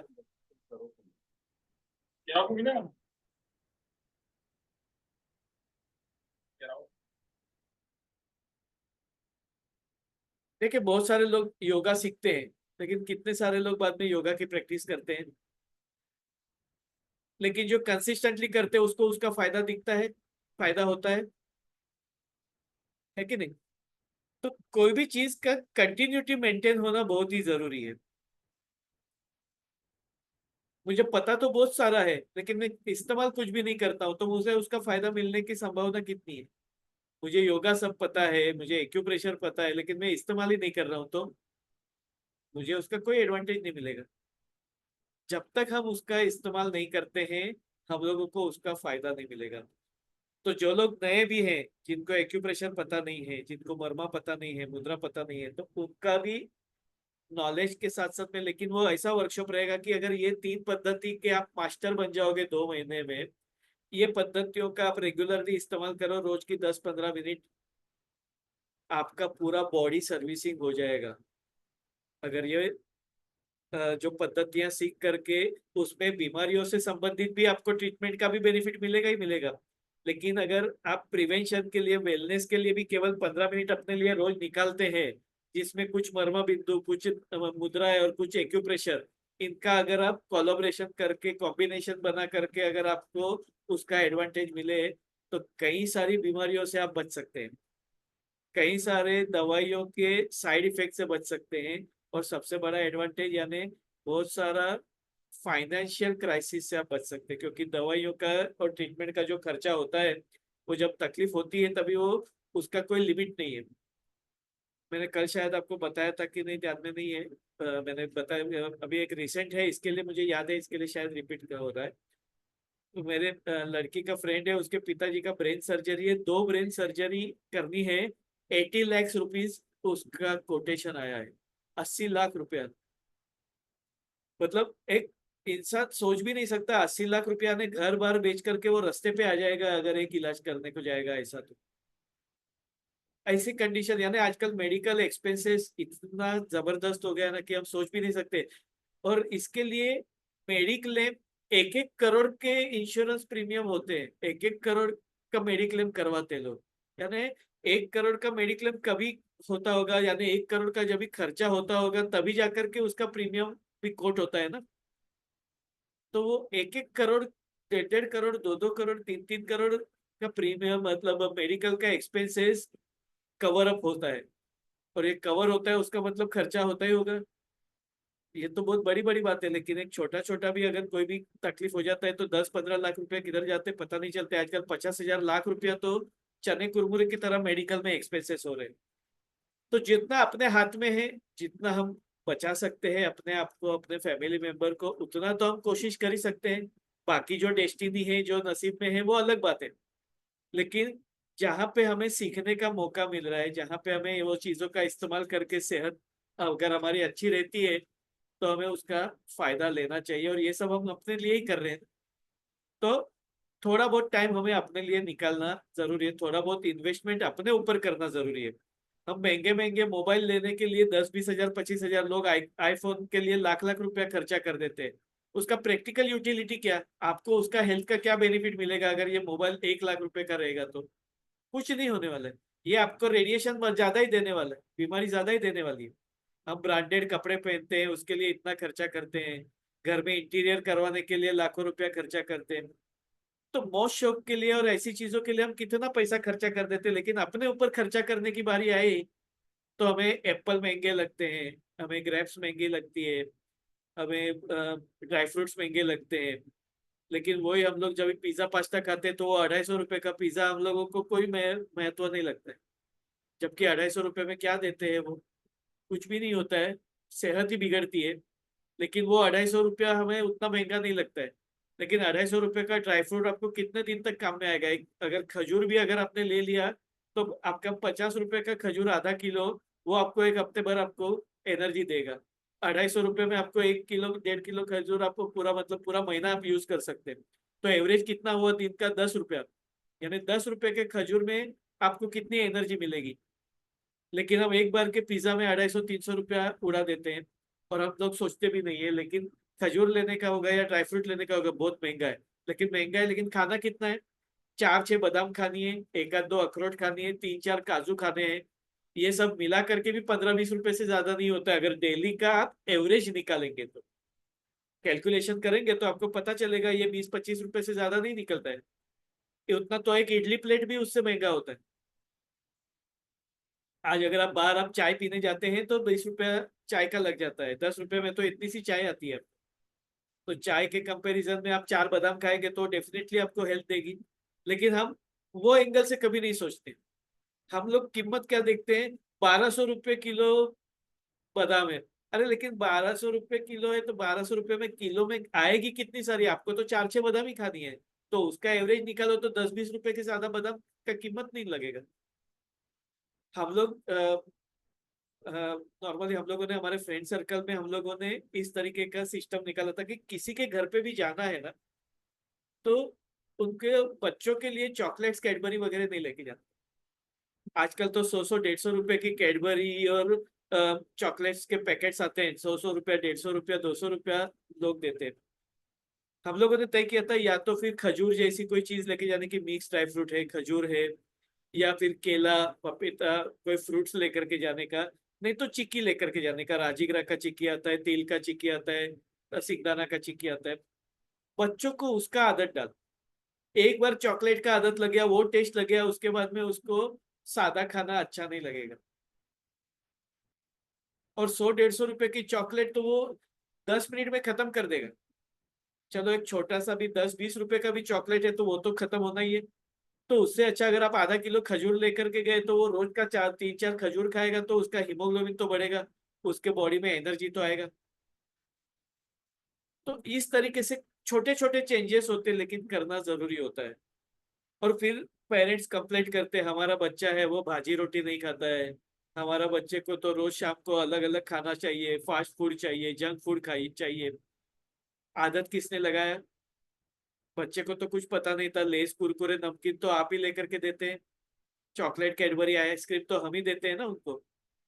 बच्चे का तो कोई कसूर नहीं है, वो तो डिमांड करेगा, लेकिन उसको क्या देना है ये हमें देखना है। हमारे घर में मेरे ग्रैंडफादर ने, तभी से हमारे घर में एक रेगुलर सिस्टम था कि गर्मी बारिश के मौसम में रोज सब लोगों ने सुदर्शन काढ़ा पीने का। सुदर्शन चूर्ण जो होता है उसका काढ़ा इतना कड़वा होता है कि अगर जिसको आदत नहीं है वो लेगा तो वो उल्टी कर देगा, उल्टी तो करेगा ही करेगा, लेकिन वो मुंह में जो कड़वापन है ना पूरे दिन भर रहेगा। लेकिन एक सिस्टम था कि एवरीडे मॉनसून में सुदर्शन चूर्ण पीना ही है। लेकिन नतीजा ये होता था कि वो चारों महीने बारिश में कोई बीमार नहीं होता था, बुखार नहीं, सर्दी खांसी नहीं, कुछ नहीं। मलेरिया टाइफाइड ये होने की संभावना कम हो जाती। तो बच्चों को वो आदत, अभी मेरे ग्रैंडफादर से हम लोगों को आदत थी, तो हम लोगों को अभी करवा करेला का रस पीना हो या नीम का रस पीना हो तो कोई महसूस नहीं होता है। मेरे बच्चियां भी अभी चैत्र महीने में ऐसा कहा जाता है, चैत्र के 9 दिन जो होते हैं पहले, तो उसमें नीम का जो कौला पत्ता होता है, उसका मोहर होता है, वो अगर आप लेते हैं तो पूरे साल भर आप निरोगी रहते हैं। तो नीम का पत्ता बहुत ही कड़वा होता है, लेकिन वो बहुत ही गुणकारी है। तो चैत्र महीने में जो गुड़ी पड़वा से नवरात्र शुरू होती है, वो 9 दिन, वो चैत्र के 9 दिन अगर वो कड़ी पत्ता मतलब नीम का पत्ता अगर इस्तेमाल करते हैं आप खाने में, चबा के खाते हैं या रस निकाल के लेते हैं, तो वो आपकी सेहत अच्छी करता है, पूरे साल भर आपको प्रोटेक्ट करता है, वायरल फीवर वगैरह होने की संभावना कम हो जाती है। हमारे घर में हमारे बच्चे से लेकर के घर के सभी लोग आसानी से वो लेते हैं, कड़वाहट का जरा भी परहेज नहीं, क्योंकि बचपन से लेते हैं। तो क्या देना है क्या नहीं देना ये हमें डिसाइड करना है। तो हमें अगर कुछ पता होगा तब हम जाकर के हमारी नई जनरेशन को कुछ देंगे ना। आज नया जनरेशन हमें टेक्नोलॉजी सिखाता है, मोबाइल कैसे ऑपरेट करना है, एआई कैसा यूज करना है, क्योंकि वो लोग बचपन से वो सीखे हैं तो वो लोग उसमें मास्टर है, हम लोग उसमें कमजोर है। तो अगर हम इन पद्धतियों के बारे में सीखेंगे तो हम हमारे नए जनरेशन को भी उसके बारे में बताएंगे, तो उनको भी इंटरेस्ट क्रिएट होगा, वो तुरंत से दवाई गोली खाने के ऊपर डिपेंड नहीं रहेगा। कई सारे बच्चे लोगों को पता है कि बुखार आया तो कौन सी गोली खानी है, एसिडिटी के लिए कौन सी गोली खानी है। बच्चों को अभी से दवाइयों की क्यों नॉलेज भी देना है ज्यादा और आदत भी लगानी है। ऑप्शंस हमारे पास में बहुत सारे हैं, आयुर्वेदिक में कई सारी जड़ी बूटियां हैं। हमारे घर में रोज जो चीजें इस्तेमाल करते हैं, जब ये वैसे गर्मी का मौसम है, आप सेका हुआ जीरा अगर दे देते हैं तो लू नहीं लगती है। इसके लिए छाछ में जीरा डाल करके पीने का एक सिस्टम होता है। लेकिन अगर सनस्ट्रोक लग गया है तो आप सेका हुआ जीरा अगर 1-2 चम्मच आप ले लेते हैं तो आपका सनस्ट्रोक का इफेक्ट निकल जाता है। केरी का पना पीना, कोकम शरबत, ये सब चीजें हम अगर उनको बताएंगे तो गर्मी के मौसम में प्रोटेक्ट करने के लिए काम में आते हैं। लेकिन हम कोल्ड ड्रिंक्स पीते हैं, अभी कोल्ड ड्रिंक आपको क्या, ना तो आपकी प्यास बुझाती है ना ठंडक देती है, सिर्फ वो ठंडा होता है बर्फ का, इसके लिए हमें थोड़ी देर अच्छा लगता है। लेकिन वास्तव में वो कूलिंग एजेंट नहीं है। कूलिंग एजेंट क्या है? कोकोनट वाटर, नारियल पानी आप पीजिए, कोकम का शरबत पीजिए, केरी का पन्ना पीजिए, गन्ने का रस पीजिए, सब्जा का बी वाला चीज इस्तेमाल की जूस पीजिए, पानी पीजिए। हम लोग गुजरात में ज्यादातर गुड़ का इस्तेमाल करते हैं। हम लोग सुबह में गुड़ भिगा देते हैं 1 गिलास पानी में, और बाद में फिर 80 से 100 बार एक गिलास से दूसरे गिलास में उसको मिक्स करके, कोई भी धूप में बाहर जा रहा है या धूप से बाहर आ रहा है तो गुड़ का पानी दिया जाता है। गुड़ का नेचर गर्म है, गुड़ गर्म है, लेकिन वो पानी में जब भी भीगता है 3-4 घंटा तो वो कूलिंग एजेंट की तरह काम आता है, यानी उसकी प्रकृति बदल जाती है, गर्म से वो ठंडा हो जाता है। तो ये सारी चीजें, जैसे हम मैंगो का रस पीते हैं, अभी आम रस पीते हैं, तो उसमें थोड़ा घी और सौंठ पाउडर डाला जाता है ताकि वात और पित्त ना बढ़े, क्योंकि आम का रस होता है वो पित्त भी बढ़ाता है, वात भी बढ़ाता है। लेकिन लोगों को ये पता नहीं, तो लोग तो सीधा आमरस पी लेते हैं और फिर बाद में पित्त बढ़ जाता है या गैस बढ़ जाता है। तो आम रस में अगर आप घी डालेंगे, थोड़ा सौंठ पाउडर डालेंगे, तो वो डाइजेस्ट करने के लिए आसान हो जाता है और उसके मेडिसिनल प्रॉपर्टी आपको मिलती है। अदरवाइज आम गर्म है, अगर आप ऐसे ही आम का रस पीते हैं तो वो शरीर में पित्त बढ़ जाता है, उष्णता बढ़ जाती है। तो ऐसी सारी चीजें बहुत सारी है जो कि हम लोग वर्कशॉप में भी डिस्कस करते हैं। लेकिन हमें थोड़ी जानकारी लेनी चाहिए, अगर हमें जानकारी है तो हम अपने नेक्स्ट जनरेशन को ये दे सकते हैं। आज नतीजा ये हो रहा है कि हमारे पास में हमारा इंडियन जो ट्रेडिशनल नॉलेज है वो कम है, इसके लिए हम बाहर के नॉलेज से प्रभावित हो जाते हैं। बाहर के लोग कुछ बोलते हैं तो हमें लगता है अरे हाँ ठीक है, हम लोग वो एडॉप्ट कर लेते हैं। लेकिन वास्तव में हमारे नॉलेज की कमी की वजह से या हमारे ट्रेडिशन के जानकारी नहीं होने की वजह से हम दूसरों से प्रभावित होते, तो हमें अपना ट्रेडिशन, अपना कल्चर, अपने एरिया के बारे में जानकारी होनी चाहिए कि गुजरात में रहते हैं तो गुजरात में क्या अच्छी चीजें हैं जो हेल्थ के लिए काम की है, महाराष्ट्र में है तो वहां से। इसके लिए आयुर्वेदा में सीजनल और रीजनल, ये दो चीजों का महत्व बताया गया है। सीजनल यानी सीजन के अनुसार जो मिलता है। अभी आपको मैंगो मिलता है, मैंगो खाइए, कलिंगर खाइए, ककड़ी खाइए, ये आपको ताकत देगी क्योंकि ये सीजन में अवेलेबल है। अंगूर के सीजन में अंगूर खाइए। तो सीजनल, जो सीजन में जो अवेलेबल है वो खाइए। और रीजनल, रीजनल मतलब जहां पे आप रहते हैं। अगर आप केरला में रहते हैं राइस ज्यादा होते हैं, राइस खाइए। आप पंजाब में रहते हैं गेहूं ज्यादा होते हैं, गेहूं खाइए, तो आपको तकलीफ नहीं देगा। लेकिन आप केरला में जाकर के बोलेंगे नहीं मैं तो नॉर्थ इंडियन हूँ तो मैं तो गेहूं ही खाऊंगा, तो मैं चपाती खाऊं, खा सकते हैं आप। लेकिन वो चपाती आपको गुणकारी नहीं होगी क्योंकि वहां पे राइस इजीली पचते हैं और क्योंकि वो वहां पे मिलते हैं। गेहूं वहां पे बनते नहीं है तो वो बाहर से आएंगे, और जो वो चीज बाहर से आती है वो हमारे लिए काम की नहीं है। आजकल लोग कीवी खाते हैं तो बहुत अपने आप को हाई सोसाइटी के लोग कहते हैं क्योंकि कीवी महंगा है, क्योंकि वो न्यूजीलैंड का फ्रूट है। लेकिन न्यूजीलैंड में बर्फ होती है, वहां पे टेम्परेचर माइनस में है। हम लोग 40 डिग्री टेम्परेचर में रहते हैं, तो हमें वो कीवी कोई फायदा नहीं देने वाला है। हमें क्या फायदा देगा? हमें आंवला फायदा देगा, हमें यहाँ का फणस का फायदा देगा, मैंगो देगा, ग्रेप्स देगा, जो हमारे यहाँ के फ्रूट्स है, जो यहाँ के वातावरण आबो हवा के अनुसार में वो बने हुए हैं, वो हमें ताकत देते हैं। अगर आप सीजनल और रीजनल खाते हैं, आपको कोई न्यूट्रिशनल सप्लीमेंट लेने की जरूरत नहीं होती है। न्यूट्रिशनल सप्लीमेंट भारतीय लोगों के लिए कोई काम का ही नहीं है, मैं हमेशा कहता हूँ। क्योंकि हमारे यहाँ पे विंटर, समर और मॉनसून, ये 3 सीजन है। हमारे यहाँ पे डेजर्ट भी है, ग्रीनरी भी है और स्नो भी है। ये 3 जोग्राफिकल कंडीशंस है। तो यहाँ पे जो मिलता है वो आप खाएंगे। गर्मी के मौसम में आप ज्वारी खाइए, ठंडी के मौसम में बाजरी खाइए, आपको पूरे साल भर की ताकत मिल गई, सारे न्यूट्रिशन मिल गए। तो सीजनल और रीजनल ये काफी महत्वपूर्ण बातें हैं। तो हमें ये थोड़ी थोड़ी चीजें अगर हम सीखते हैं, जानते हैं, तो उसका काफी फायदा होता है। पहले के लोगों को ये सब जानकारी होती थी, इसके लिए वो लोग वही चीजें, गिनी चुनी चीजें ही खाते थे जो हमारे लिए आसपास बनती है और जो अवेलेबल है। लेकिन आजकल ग्लोबलाइजेशन की वजह से सब कुछ बाहर से आ रहा है, सभी 12 महीना मिल रहा है, हम लोग 12 महीना खा रहे हैं, लेकिन हमें पता नहीं कि कौन सी सीजन में क्या खाना चाहिए। जैसे नवंबर दिसंबर में भी कलिंगर आ रहे हैं, तो दिसंबर में कलिंगर खाएंगे तो वो तकलीफ ही देने वाला है क्योंकि वो सीजन का फ्रूट नहीं है। सीजन उसका कौन सा है? समर सीजन है। अभी आप कलिंगर खाओ तो कलिंगर का एडवांटेज मिलेगा, लेकिन दिसंबर में आप अगर कलिंगर खाएंगे तो फायदा नहीं देगा, नुकसान ही पहुंचाएगा। तो मिलता है इसके लिए खाना, ये सही बात नहीं है। आपको कौन सी सीजन में क्या मिलता है और कौन सी सीजन कौन से फ्रूट्स या वेजिटेबल की है इसकी जानकारी रखिए और वही फ्रूट्स और वेजिटेबल खाइए, तो वो आपको सेहत देगी। ये हमारे सब्जेक्ट से थोड़ा अलग था, लेकिन बात निकली तो थोड़ी जानकारी आपको मैंने शेयर कर दी। अभी हम लोग कुछ एक्यूप्रेशर के बारे में देखेंगे। ओवरऑल आपको कल का और आज का सेशन कैसा लगा आपको? आपका अनुभव आप शेयर कर सकते हैं चैट बॉक्स में। सेशन कैसा रहा?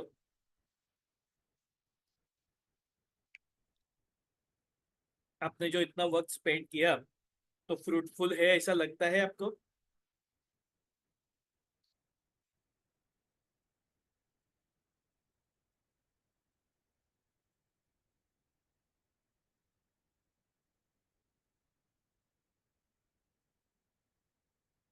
एक्यूप्रेशर के बारे में तो सभी लोगों को थोड़ी बहुत जानकारी होगी, क्योंकि बहुत ही प्रचलित हो गया है आजकल। एक्यूप्रेशर की कई सारी पद्धतियां हैं। एक पद्धति होती है, ये सबसे पुरानी पद्धति है, मेरिडियन पद्धति, जिसमें पूरे शरीर के ऊपर पॉइंट्स होते हैं।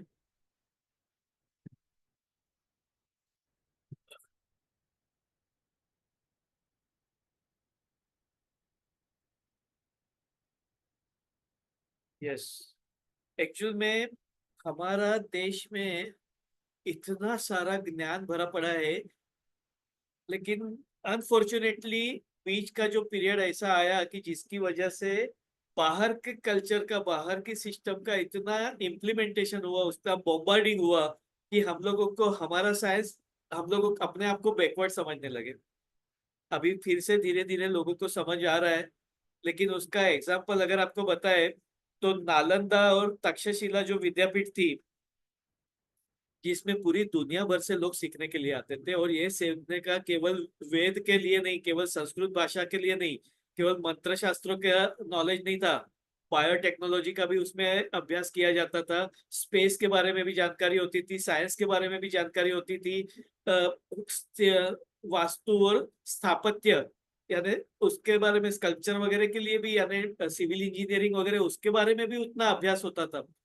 इतना रिच हमारा हेरिटेज है कि दुनिया भर से विद्वान पंडित यहाँ पे सीखने के लिए आते थे। ऑक्सफोर्ड और कैम्ब्रिज यूनिवर्सिटी तो कुछ सालों पहले बनी, हजारों साल पहले नालंदा और तक्षशिला से दुनिया भर के विद्वान सीखने के लिए आते थे। तो आप सोचो कि जो पंडित यहाँ पे सीखने के लिए आते हैं, जो ऑलरेडी नॉलेजेबल है, टैलेंटेड है, वो भी फर्दर नॉलेज के लिए, एडवांस स्टडीज के लिए आते थे, तो यहाँ का नॉलेज कितना पावरफुल होगा। और अगर आप देखेंगे तो हमारे शास्त्रों में ये सब पद्धतियों के बारे में, आयुर्वेदा, आयुर्वेद अकेला ही इतना सक्षम है। और आप सोचो ना, 5,000 साल पहले का आयुर्वेद का शास्त्र आज की तारीख में भी साबुत है। और तभी जो सिद्धांत उसके थे, आज भी वही सिद्धांत है, तभी भी वो एप्लीकेबल थे, आज भी एप्लीकेबल है। और वही चीज अगर आप मेडिसिन के बारे में देखेंगे, तो जो मेडिसिन आज नई आविष्कार होती है कोई एक बीमारी के लिए, 10 साल के बाद में आप उसके रिपोर्ट देखेंगे तो पता चलेगा कि उसकी वजह से ये 4-6 साइड इफेक्ट्स हो रही है, और ये दवाइयाँ खराब है, या ये दवाइयाँ बंद कर दो, दूसरी दवाई दो। यानी हर 5-10 साल पे दवाइयों का शास्त्र बदल रहा है, केमिकल का शास्त्र बदल रहा है। लेकिन आयुर्वेद हजारों साल पहले का होने के बावजूद आज भी एप्लीकेबल है। और ना ही केवल भारत में, जो बीमारी की वजह बताई गई है, वात पित्त कफ, और उसको बैलेंस करने के जो तरीके बताए गए हैं, वो केवल भारत में नहीं, आप दुनिया में कहीं के कोने में जाओ, वहां के लिए वो एप्लीकेबल है। जहाँ पे बताया गया है कि बीमारियां क्यों होती है, बीमारी होने की वजह क्या है, और वो बीमारियां कैसे ठीक हो सकती है, क्या खाना चाहिए क्या नहीं खाना चाहिए, इतना गहराई से कोई भी शास्त्र आपको नहीं बताता। जब भी हमारे पास में कंप्यूटर और टेक्नोलॉजी नहीं थी, तभी हमारे ऋषि मुनियों ने चंद्र कितनी दूरी पर है, मंगल कितनी दूरी पर है, सूर्य कितनी दूरी पर है, ये बता दिया था। आज भी पंचांग अगर हम देखें, तो पंचांग में कभी सूर्य ग्रहण होने वाला है, चंद्र ग्रहण कभी होने वाला है, ये सारी बातें पंचांग में स्टडी करके बताई जा सकती है। कौन सा नक्षत्र, कौन सी राशि, ये आप बता सकते हैं, पहले का भी बता सकते हैं और आने वाले दिनों का भी बता सकते हैं। यानी वो अभ्यास कितना गहन होगा, आप सोच सकते हैं। प्रिडिक्शंस भी बताए जा सकते हैं, 10-20 साल के बाद का कौन सा वक्त होगा, उसका नक्षत्र राशि क्या रहेगा, वो सब चीजें बताई गई है। यानी कितना वो रिच शास्त्र है। तो थोड़ी बहुत जानकारी हमें, केवल अगर आप अपने रिचुअल्स को भी देखेंगे, हमारी जो धार्मिक क्रियाएं भी है वो भी बहुत ही साइंटिफिक है। तो हमें उसके बारे में पता नहीं है कि जैसे नाभि के ऊपर सारे गहने जो पहने जाते हैं वो सोने के होते हैं, नाभि के नीचे सारे गहने पहने जाते हैं वो चांदी के होते हैं। तो नाभि के ऊपर अग्नि तत्व है, तो अग्नि तत्व इज अ फायर एलिमेंट, तो gold is the symbol of fire element. और इसके लिए नाभि के ऊपर जो भी गहने पहनते हैं, फिर वो आपका चेन हो, नेकलेस हो, या कान की बूटी हो, नाक की बूटी हो, जो भी है, तो वो सारे गहने सोने के होते हैं, क्योंकि वो fire element, heart and brain fire element, kidney और रिप्रोडक्टिव ऑर्गन वाटर एलिमेंट से संबंधित है। तो इसके लिए नाभि के साथ नीचे सारे गहने चांदी के होते हैं। कंदोरा कहो, पैरों की पायल कहो, पैरों में उंगलियों में पहनने वाले बिछियां कहो, ये सारी चीजें जो थे वो चांदी की होती है। लेकिन हमें उसके पीछे का लॉजिक पता नहीं था, लेकिन उन्होंने वो बराबर से fire and water equal and opposite, gold and silver balance करते हैं एक दूसरे को। यानी दागिने भी कौन से पहनने चाहिए, कैसे पहनने चाहिए, उसका जानकारी उन्होंने दिया हुआ है। बिंदी क्यों पहननी चाहिए, लगानी चाहिए, गहने क्यों पहनने चाहिए, तो ये सारी चीजों का हमारे रिचुअल्स में भी जो इस्तेमाल है। अगर आप समझो कि आपको मेडिटेशन करने बैठने को बोला जाए, आंखें बंद करो, मेडिटेशन करो, तुरंत से आपको ख्याल आएगा अरे अभी आईपीएल में कौन सा मैच चल रहा होगा, बच्चे लोग बाहर गए कभी वापस आएंगे, आज खाना क्या बनाना है, कल क्या करना है, बहुत सारे ख्याल सामने आ जाते हैं। तो हम पंचेंद्रियों को काबू में नहीं रख सकते, वश में नहीं रख सकते। तो इसके लिए मूर्ति पूजा कही गई कि आप जब भी नाम भगवान का दर्शन करते हैं, तो आंखें आपको वही दर्शन कर रही है, तो बाकी की कोई चीजें आपको दिखाई नहीं देती है। जब घंटारव सुनते हैं तो कान आपके वही घंटारव या आरती का आवाज सुन रहे हैं। जब आप धूप अगरबत्ती लगाते हैं तो आपका स्मेल आपके नाक में वही स्मेल जाता है, तभी आपको कोई वड़ा पाव पाव भाजी की सुगंध नहीं आती है। बाद में आप जब तिलक लगाते हैं तो आपको वही स्पर्श की अनुभूति होती है, बाकी कोई स्पर्श की अनुभूति नहीं होती है। जब आप प्रसाद लेते हैं, आचमन करते हैं, तभी आप वो प्रसाद ले रहे हैं तो एक तृप्ति का अनुभव आप महसूस करते हैं, तभी वो आप शीरा खा रहे हैं या कोई एक टेस्टी फूड खा रहे हैं, ऐसा नहीं सोचते। तो आप पंचेंद्रिय धीरे धीरे काबू में आ जाती है, और कभी आपको मेडिटेशन हो जाता है शुरू, आपको पता भी नहीं चलता है। तो पंचेंद्रियों को वश में करने के लिए ये एक आलम्बन है, एक प्रोसेस है, उसके लिए मूर्ति पूजा है। लेकिन अभी लोग क्या करते हैं, औपचारिकता, बाहर से ही दर्शन कर लेते हैं, पैर में चप्पल डाले हैं, हाथ में टाइम नहीं है, 1 मिनट भी देखते नहीं है। हमको लगता है कि अपने वहां रजिस्टर में अपना एंट्री कर लिया, अपना नाम आ गया, चलो हो गया काम। तो ये साइंटिफिक है, मेडिटेशन करने का तरीका है, जिसकी वजह से आप धीरे धीरे धीरे ट्रांस में चले जाते हैं। ठीक है? ये ऐसे सारे सब्जेक्ट है, वो कितना वक्त निकल जाएगा पता नहीं चलेगा, और हमारे मेन सब्जेक्ट बाकी रह जाएगा। अब हम देखते हैं एक्यूप्रेशर। एक्यूप्रेशर में दबाव देने का तरीका होता है, दबाव देने से बीमारियों को ठीक किया जा सकता है। आप लोगों ने, कई सारे लोगों ने सीखा होगा, जाना होगा, लेकिन एक फिर से एक रिवीजन के तौर पे, या जिनको पता नहीं है उनके लिए, और जिनको तकलीफ है उनको लिए उसका एडवांटेज हो। तो ज्यादातर हम पेनफुल कंडीशन के बारे में देखेंगे इसमें। जैसे अगर आजकल फ्रोजन शोल्डर, नेक पेन, ये कॉमन कंडीशन है, तो इसके लिए उंगली के ऊपर ये जो जॉइंट होता है, ये आपका नेक एरिया है, गर्दन, और उसके दोनों साइड में आपके शोल्डर्स है। तो जिनको भी कंधे का दर्द है, नेक का पेन है, वहां ये पॉइंट्स आपको पेनफुल मिलेंगे। आप नॉर्मली ये प्रेस करने के लिए जिम्मी का इस्तेमाल करते हैं, वो एक औजार होता है दबाने के लिए, लेकिन आपके पास में पेन या पेंसिल हो तो आप वहां पे आप रोल कीजिए या थोड़ा प्रेस कीजिए ब्लंट एंड से, आपको वो एरिया पेनफुल मिलेगा। आप में से है किसी को नेक या शोल्डर पेन? अगर है तो चैट बॉक्स में लिखिएगा।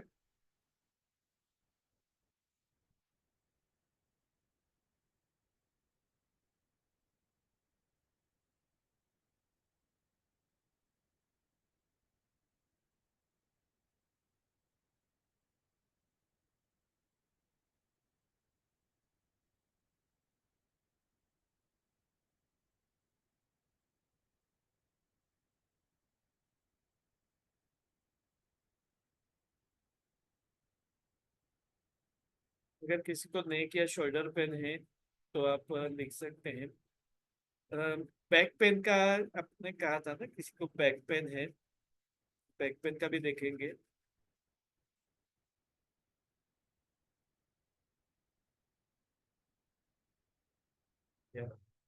Thank you Jyoti ji for your kind words.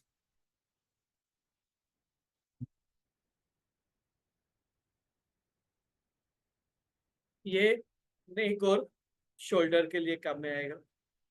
नेक और शोल्डर के लिए आप इसका इस्तेमाल कर सकते हैं। तो जिनको भी दर्द है वो यहाँ पे पॉइंट प्रेस कर सकते हैं। और उसके लिए और एक तरीका होता है, आपके पास में मूंग या मेथी के दाने हो तो वो मूंग या मेथी के दाने आप ऐसी टेप में लगा करके ये पट्टी बांध के कंटिन्यू स्टिमुलेशन रख सकते हैं। जैसे अभी आपने रात को लगा दिया, सुबह में निकाला, तो इस तरीके से आप पूरा दिन भर या पूरे रात भर रख सकते हैं या 24 घंटा रख सकते हैं। तो यहाँ पे आपको, या तो फिर आप इस तरीके से उसको मसाज कर सकते हैं या प्रेस कर सकते हैं। तो दिन में 2 बार 3 बार भी किया जा सकता है, जितना बर्दाश्त हो उतना ही दबाव देना है।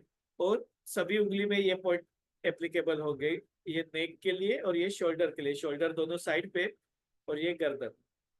अगर आपको तकलीफ है तो ही वो पॉइंट पेनफुल होंगे, अगर आपको तकलीफ नहीं है तो ये पॉइंट पेनफुल नहीं होंगे। आप उसको प्रिवेंशन के लिए आप मसाजिंग कर सकते हैं, प्रेशर दे सकते हैं, कोई बात।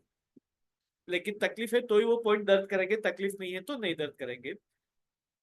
बैक पेन की शिकायत थी ना, शायद अमीषा जी को थी ना, बैक पेन बताया था आपने। लोअर बैक पेन या बैक पेन, खास करके कमर का दर्द होता है। तो कमर दर्द के लिए ये उंगली में,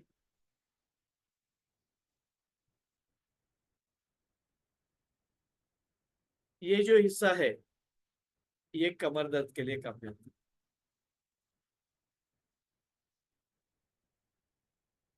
ये एरिया जो है ये कमर दर्द के लिए, तो जिनको भी कमर दर्द है वो यहाँ पे ये मसाज कर सकते हैं, प्रेस कर सकते हैं।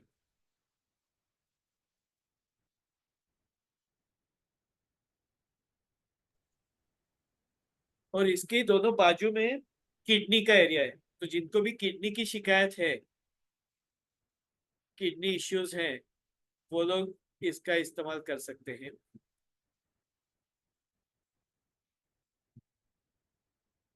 लेग के बाजू में जो ग्रीन कलर से मैंने दिखाया है ये किडनी का एरिया। तो जिनके किडनी का प्रॉब्लम है वो लोग ये पॉइंट्स को प्रेस कर सकते हैं। और जिनको घुटने की शिकायत है तो ये मिडल फिंगर में दोनों साइड में घुटने से संबंधित पॉइंट आपको मिलेंगे, दोनों साइड में, नी जॉइंट से रिलेटेड। जिसको भी नी प्रॉब्लम है, घुटनों का दर्द है, घुटना आकर जाता है, डॉक्टर ने बोला है तेल कम हो गया है, हड्डी घिस गई है, तो उसके लिए ये काम में है।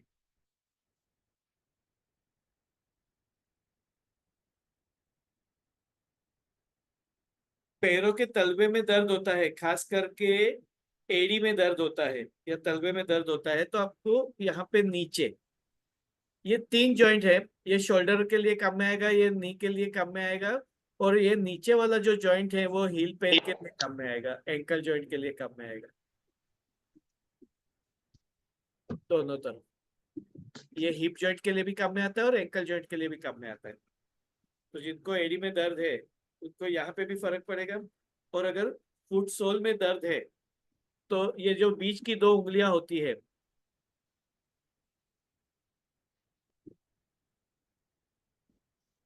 ये पॉइंट आपके पैरों के तलवे के लिए, जिनको भी एड़ी में दर्द होता हो, हिल पेन, तो उनको ये बीच की 2 उंगलियां पेनफुल होगी। विशाल जी आप चेक करके देखिए ये पॉइंट पेनफुल है क्या, यहाँ पे थोड़ा आजू बाजू में आप पेन या पेंसिल से थोड़ा थोड़ा प्रेस करके टटोल के देखिए, ये पेनफुल दिख रहा है, मिल रहा है कि आपको। अगर दोनों हाथ में, दोनों पैर में तकलीफ होगी तो दोनों उंगली में मिलेगा, नहीं तो एक उंगली में मिलेगा, लेकिन आप दोनों जगह चेक कर लीजिए कि पॉइंट पेनफुल है क्या। और वो थोड़ा सा प्रेस करने पर भी दर्द होता है वो एरिया में, यहाँ पे भी चेक करिए और नीचे भी चेक करिए, आपको वो एरिया पेनफुल मिलता है कि नहीं, देखिए। अगर आपको तकलीफ है तो आपको पॉइंट पेनफुल रहेगा, तकलीफ नहीं है तो नहीं दुखेगा।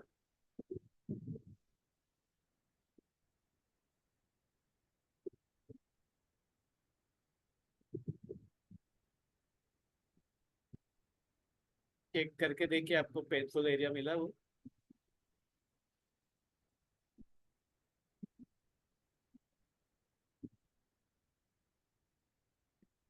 रुद्रला जी, जॉइंट पेन का ही मैं बता रहा हूँ आपको, पर्टिकुलर कौन से जॉइंट का? अभी जैसे मैंने बताया तो ये शोल्डर जॉइंट का बताया, नी जॉइंट, नेक का बताया, नी का, हिप जॉइंट का। आप जॉइंट पेन यानी कौन सा जॉइंट?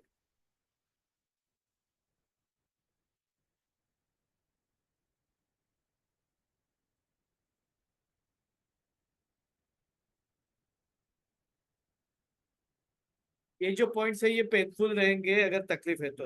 उंगलियों में पेन है,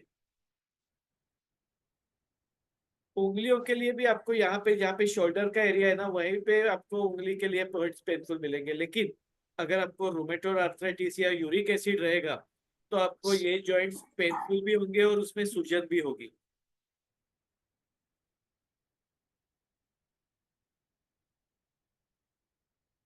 तो यूरिक एसिड और जॉइंट पेन के लिए आपको दूसरे कुछ पॉइंट्स करने होंगे, क्योंकि ये पॉइंट ऑलरेडी पेनफुल होंगे, तो यहाँ पे आप दबाव देंगे तो ज्यादा तकलीफ होगी, तो उसके लिए कुछ दूसरे पॉइंट होते हैं।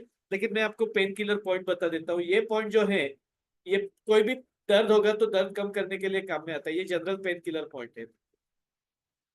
नरेंद्र जी, आप कुछ पूछना चाहते हैं? हाँ जी सर, मैं ये पूछ रहा था, ये इंडेक्स फिंगर तो हैंड के लिए नहीं होता? इंडेक्स फिंगर क्या जी? हैंड के लिए होता है या फुट के लिए? हाँ, हैंड के लिए होता है एज पर कोरियन एक्यूप्रेशर।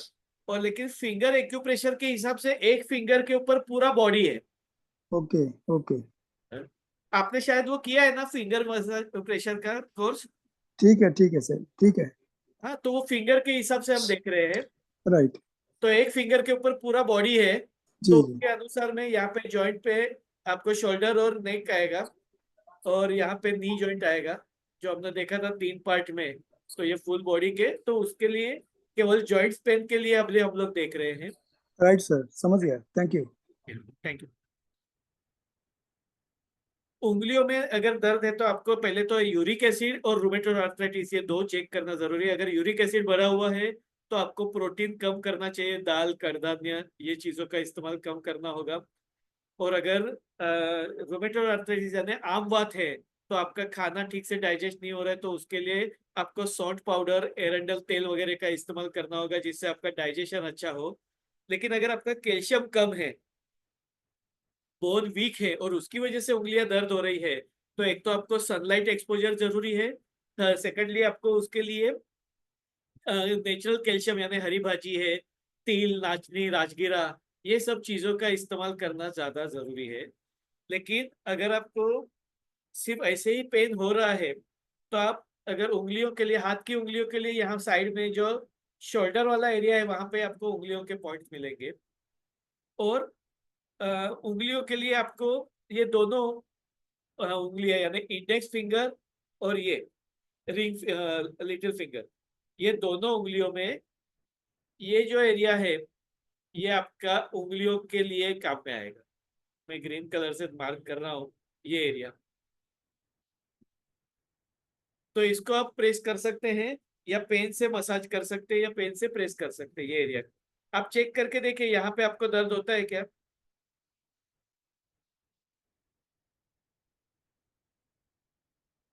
अगर उंगलियों में दर्द है तो आपको ये पॉइंट पेनफुल रहेंगे। और साइड के पॉइंट्स जो बताए मैंने,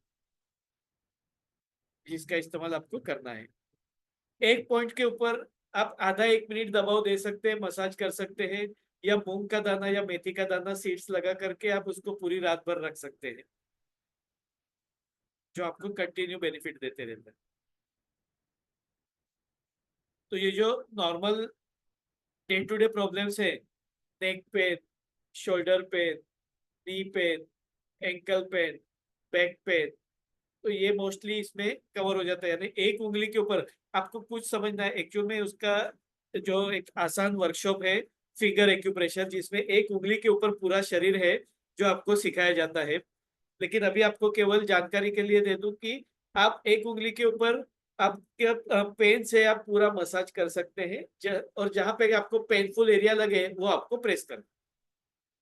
उतना एक केवल आपको एक एडिशनल जानकारी दे देता हूँ जो नहीं सीखे हैं उनके लिए भी। ये आप ये पॉइंट पर रेगुलरली मसाज कर सकते हैं, या फिर वो एक्यूप्रेशर की रिंग आती है, तो वो रिंग का इस्तेमाल आप कर सकते हैं मसाजिंग के लिए। तो आपको कई सारे पॉइंट्स उसमें कवर हो जाते हैं। लेकिन थोड़ा सिस्टमेटिक सीखेंगे तो ज्यादा अच्छे से हम लोग उसका इस्तेमाल कर सकते हैं।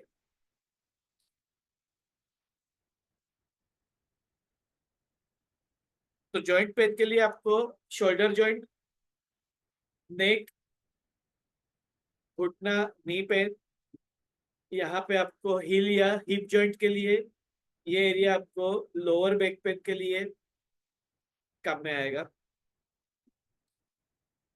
विशाल जी, आपने चेक किया कि आपको यहाँ पे दर्द है, हील पेन होता है तो आपको है या किसी और को तकलीफ है? अगर आपको है तो चेक कर लीजिए कि ये एरिया आपका पेनफुल है क्या, हिप के लिए, हील पेन के लिए। और मृदुला जी, आप देख लीजिए उंगलियों के लिए आपको ये एरिया पेनफुल है क्या, खास करके टिप का एरिया, ऊपर वाला हिस्सा। आप पेन से प्रेस करके चेक कर सकते हैं, थोड़ा वक्त लगेगा आपको अगर जानकारी पूरी नहीं है तो, लेकिन आप थोड़ा थोड़ा टटोलेंगे ढूंढेंगे तो मिल जाएंगे पेन।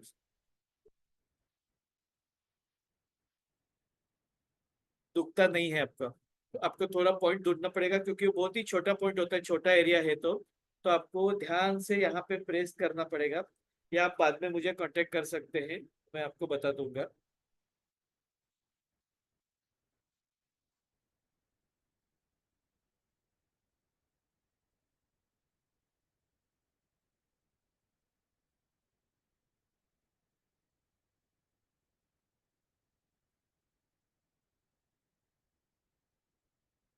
कमर के लिए मैंने बताया, कमर में अगर बीच में दर्द होता है तो यहाँ पे, और अगर हिप पे साइड में दर्द होता है तो आपको यहाँ पे आपको पॉइंट मिलेगा। ये हिप, ये स्पाइन का लंबर एरिया है लोअर बैक पेन के लिए, और साइड में हिप जॉइंट के लिए। तो कमर दर्द नॉर्मली ये एरिया आपका कमर दर्द का रहेगा। हाँ, ये पट्टे जैसे यहाँ पे हमने देखा ये गर्दन के लिए है, वैसे ये नीचे का जो पट्टा है, ये पट्टा आपका लोअर बैक के लिए, कमर के लिए। और वहां पे आप पेन से प्रेस करेंगे तो आपको वो एरिया पेनफुल मिलेगा। आपको उसको रेगुलरली ऐसा मसाज करना है या प्रेस करना है।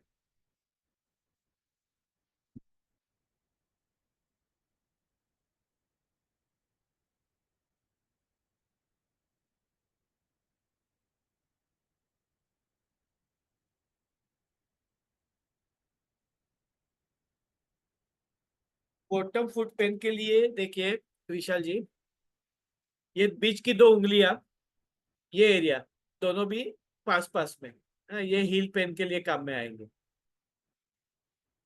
यहाँ पे पॉइंट पेनफुल मिलेगा, या फिर वहां पे यहाँ पे भी मिलेगा, और साथ में यहाँ पे भी साइड में, सभी उंगली के नीचे के जॉइंट में आपको साइड में पॉइंट मिलेगा हील पेन के लिए, लोअर पोर्शन में।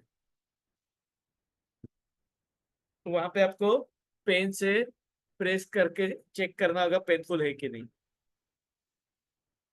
दोनों साइड पे, और बीच की दो उंगलियों में ये एरिया, वैसे ही दूसरे हाथ में भी।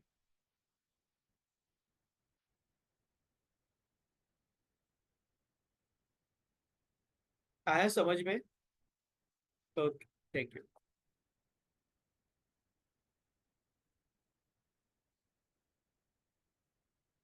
और अगर जिनको भी कोई ऐसी तकलीफ है ज्यादा, तो वो, अगर उनको होलिस्टिक सॉल्यूशन चाहिए तो कंसल्ट कर सकते हैं। इवन मेरे कुछ रिकॉर्डेड वर्कशॉप्स भी हैं, कमर दर्द के लिए, गर्दन दर्द के लिए, घुटने के लिए, सर दर्द के लिए, जिसमें मैंने सारे सॉल्यूशंस एक साथ बताए हैं। जैसे एक्यूप्रेशर के पॉइंट्स, मरमा बिंदु, खाने पीने में क्या बदलाव करना है, एक्सरसाइज कौन सी करनी है, कुछ होम रेमेडीज, अभी जैसे मैंने बताया था एरेंडल तेल या सोंठ पाउडर, ऐसी कुछ चीजें हैं। तो वैसे होम रेमेडीज के बारे में भी बताया है, कुछ हर्बल रेमेडीज के बारे में भी जानकारी दी है, ताकि आप घर के घर में आपका खुद का इलाज कर सको, बार बार आपको डॉक्टर के पास जाने की जरूरत ना पड़े। क्योंकि कुछ बीमारियां ऐसी होती है जो महीनों तक, सालों तक चलती है, जैसे कमर का दर्द है, घुटने का दर्द है, डॉक्टर ने बोला है ऑपरेशन करना पड़ेगा। अभी उसके लिए कोई दवाई नहीं है, पेन किलर खाते रहो तब तक आपका गाड़ी चलता रहेगा। लेकिन पेन किलर खाने की वजह से अंदर जोड़ों में और भी ज्यादा नुकसान पहुंचता है। तो उसकी बजाय अगर हम खुद ही कुछ सीख ले और घर में इस्तेमाल करें तो हमें कई ज्यादा पेन किलर से हम बच सकते हैं या इवन ऑपरेशन से भी बच सकते हैं। तो ऐसे भी कुछ रिकॉर्डेड वर्कशॉप भी है।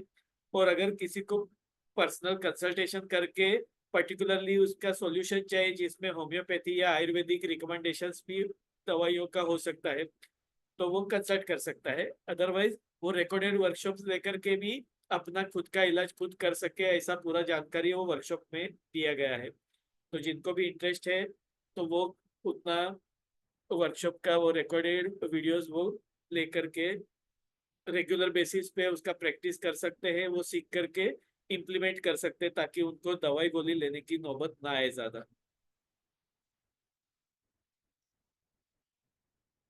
एक्यूप्रेशर में कई सारे पॉइंट्स होते हैं तो नॉर्मली मैं जो बता रहा था 8 वीक का वर्कशॉप है उसमें ये सारी चीजें डिटेल में होती है जिसमें आपको पूरे पॉइंट सिखाए जाते हैं कि आप खुद ही अपना इलाज खुद कर सको। जिसमें लीवर के पॉइंट्स होते हैं, किडनी के, हार्ट के, लंग्स के, यानी पूरा शरीर हमारी एक उंगली के ऊपर कैसे आया हुआ है वो पॉइंट्स होते हैं। उसके बाद में मुद्राएं, कई सारी मुद्राएं, अभी तो हम लोगों ने केवल बैलेंसिंग मुद्रा और रोज के रोज कर सकते हैं वही मुद्राएं देखी, बीमारी से संबंधित मुद्राएं नहीं देखी। वो मुद्रा उसमें कवर होती है। उसके बाद में मर्मा पॉइंट्स, अभी तक हम लोगों ने केवल सर के मुद्रा मर्मा पॉइंट्स देखे हैं। गर्दन के, हाथ के, पैरों के, छाती के, पेट के, वो सारे मर्मा पॉइंट्स उसमें सिखाए जाते हैं। यानी आप बाकी के अवयवों से संबंधित बीमारियों को भी मर्मा के द्वारा कैसे ठीक कर सकते हैं तो उसके लिए वो जानकारी होती है। तो ये 2 महीने का पूरा 8 वीक का वो कोर्स रहेगा, हफ्ते में 3 दिन 1 घंटे का सेशन रहेगा, उसका रिकॉर्डिंग भी आपको मिलेगा। और एक एक दिन छोड़ के रहेगा, यानी आज अगर आपका मिस हो गया है तो कल का ब्रेक रहेगा, परसों लेक्चर होगा तो उसके बीच में आप रिकॉर्डिंग देख करके वो कवर अप भी कर सकते हैं। और वो रिकॉर्डिंग के साथ साथ में आप अपनी प्रैक्टिस भी चालू रख सकते हैं। तो वो वर्कशॉप में एवरीडे 10 मिनट का रिवीजन होगा, आधे घंटे का नया लर्निंग होगा, 15-20 मिनट का प्रैक्टिस सेशन होगा, और 10 15 मिनट जो भी है वो क्वेश्चन आंसर सेशन, यानी आपको जो भी क्वेरीज है, कुछ समझ में नहीं आता है, कुछ सवाल होंगे तो उसका जवाब दिया जाएगा। ऐसा वो 1 घंटे का पर सेशन, ऐसा हफ्ते में 3 दिन, मंगलवार, गुरुवार और शनिवार को। और मोस्टली रात को रहेगा 9 बजे के बाद ताकि सभी लोग अपना रूटीन वर्क करने के बाद में अटेंड कर सके। तो इस तरीके का वो वर्कशॉप रहेगा। तो जिसको भी इंटरेस्ट है अपना regular self healing process continue चालू रखने के लिए, जैसे हम योगा सीख जाते हैं लेकिन बाद में अगर इस्तेमाल नहीं करते तो भूल जाते हैं, फिर वो प्रैक्टिस भी छूट जाती है। प्रैक्टिस बहुत जरूरी है, तो इसके हिसाब से मैंने ये थोड़ा लेंथी वर्कशॉप रखा है ताकि आपकी प्रैक्टिस मेंटेन रहे, क्योंकि आप 2 महीने तक अगर वो करते रहेंगे तो वो आपके बाद दिमाग में बैठ जाएगी और फिर आप रेगुलर बेसिस पे उसका इस्तेमाल कर सकते हैं। ये सारे वर्कशॉप इंडिविजुअल बेसिस पे भी है। केवल मर्मा सीखना है तो केवल मर्मा सीख सकते हैं, केवल मुद्रा सीखनी है तो वो मुद्रा, केवल एक्यूप्रेशर सीखना है तो केवल एक्यूप्रेशर, तो वो भी इंडिविजुअल वर्कशॉप्स होते हैं। ये कंबाइंड वर्कशॉप होने की वजह से आप सब कुछ एक साथ सीख करके सारी चीजों का एक साथ इम्प्लीमेंटेशन कर सकते हैं जो आपको ज्यादा फायदेमंद साबित हो सकता है। तो आप अभी जो सीखे हैं उसका पहले इस्तेमाल कीजिए, और जिन लोगों को भी सीखने की इच्छा है तो वो लोग ग्रुप में मैसेज डाल सकते हैं कि I am interested for long course. तो वो 2 महीने का वर्कशॉप जो है उसके लिए जो भी सीखना चाहते हैं, अभी कोई है ऐसा जिसको सीखने की इच्छा है तो अभी आप चैट बॉक्स में इंटरेस्टेड करके मैसेज डाल सकते हैं ताकि पता चले कोई इंटरेस्टेड है क्या अपना regular healing journey, self healing journey शुरू करने के लिए। तो अगर आपको इंटरेस्ट है तो आप चैट बॉक्स में इंटरेस्टेड या आई या तो मी लिख सकते हैं। और ओके, यस, ओके, मृदुला जी है, ज्योति जी है,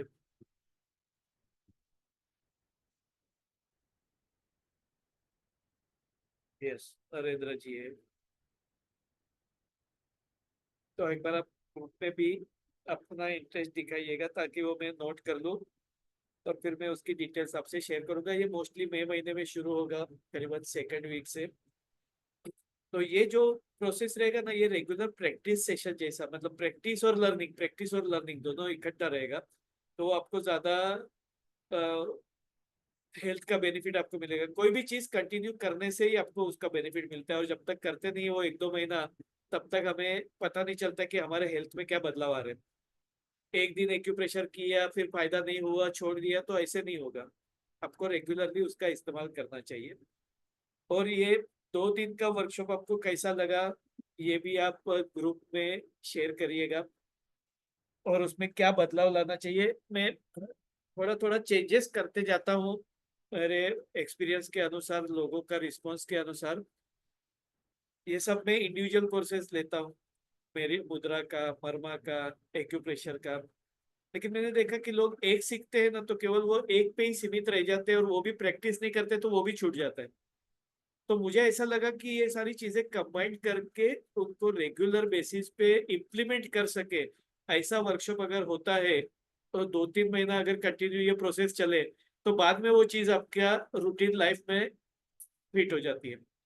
तो इसके अनुसार मैंने ये बदलाव लाने की कोशिश की है। अगर आपके भी कोई सजेशन हो, कोई आप पर्टिकुलर चीजों के ऊपर ज्यादा फोकस करना चाहते हैं तो बता सकते हैं। लेकिन ज्यादातर मेरे जो वर्कशॉप्स होते हैं वो एकदम सिंपल, आसानी से लोग समझ सके वैसे, और बेसिक से होते हैं। यानी आप उसको अगर बराबर से समझ सको, ठीक तरीके से अगर उसको इम्प्लीमेंट करो, तो आपको डेफिनेटली उसका फायदा होना ही होना है। क्योंकि मैं कंसेप्ट के ऊपर ज्यादा फोकस करता हूँ। कई बार कई सारे वर्कशॉप क्या होते हैं, बीमारी को टारगेट करके, थायराइड के संबंधित, तो उसके कुछ पॉइंट्स होते हैं, लेकिन वो कहाँ से आए पॉइंट, कैसे आए, कैसे काम करते हैं, ये कंसेप्ट क्लियर नहीं होता है।